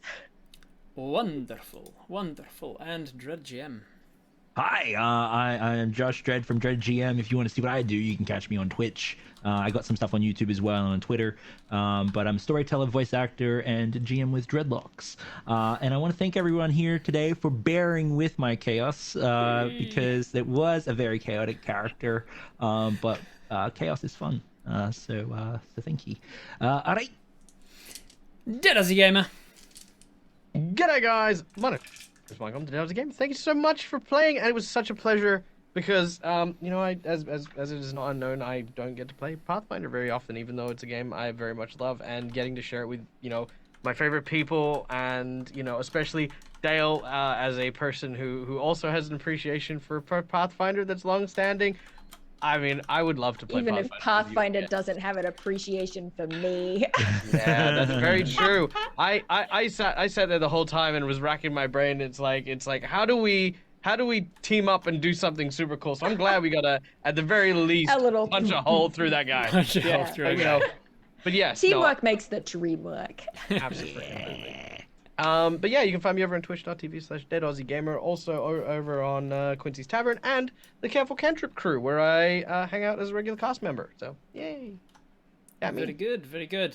Just to pause there to humiliate Wraith for not understanding how commands work as usual. Thank you, Wraith. Excellent work. Wraith is trying to shout you out, Dale, but you did the irritating thing of being a different fucking handle on all of the platforms. Okay, look. So Here's the thing. I make bad choices, but I stand by them. I will not be shamed. So to shout you out on Twitch, what are you on Twitch? On Twitch, I'm at Daily Dale. At Daily Dale. On YouTube, it's at Monarch's Factory. On Twitter, it's at Daily Dale. Daily Dale. On Instagram, it's Dale Daily. Dale Daily, yeah. Only because Daily Dale was taken. And then I whatever like replaces it. Twitter, it's did at Daily Dale. A Daily Daily. Jesus. Yeah. And finally, but not leastly, AJ Winters. Hi, I was the Drow murderer today, but usually I am AJ Winters from Winter's Tales. We are Winter's Tales on YouTube and on Twitch as well, just to rub it in further to Dale. But also, we play Dungeons and Dragons on Tuesday nights in our homebrew world in this studio, this Dungeons and Dragons studio in Western Australia. So if you're interested in that, come check us out. It's very good. I'm currently addicted to it. since we caught up at PAX, and I was like, I really should put more effort into seeing some of my friends' content. I was like, oh, I better watch it. And then I started watching it. I was like, fuck, this is really good. Oh my god. Yeah. I got sucked really into good. It. Wow, who knew?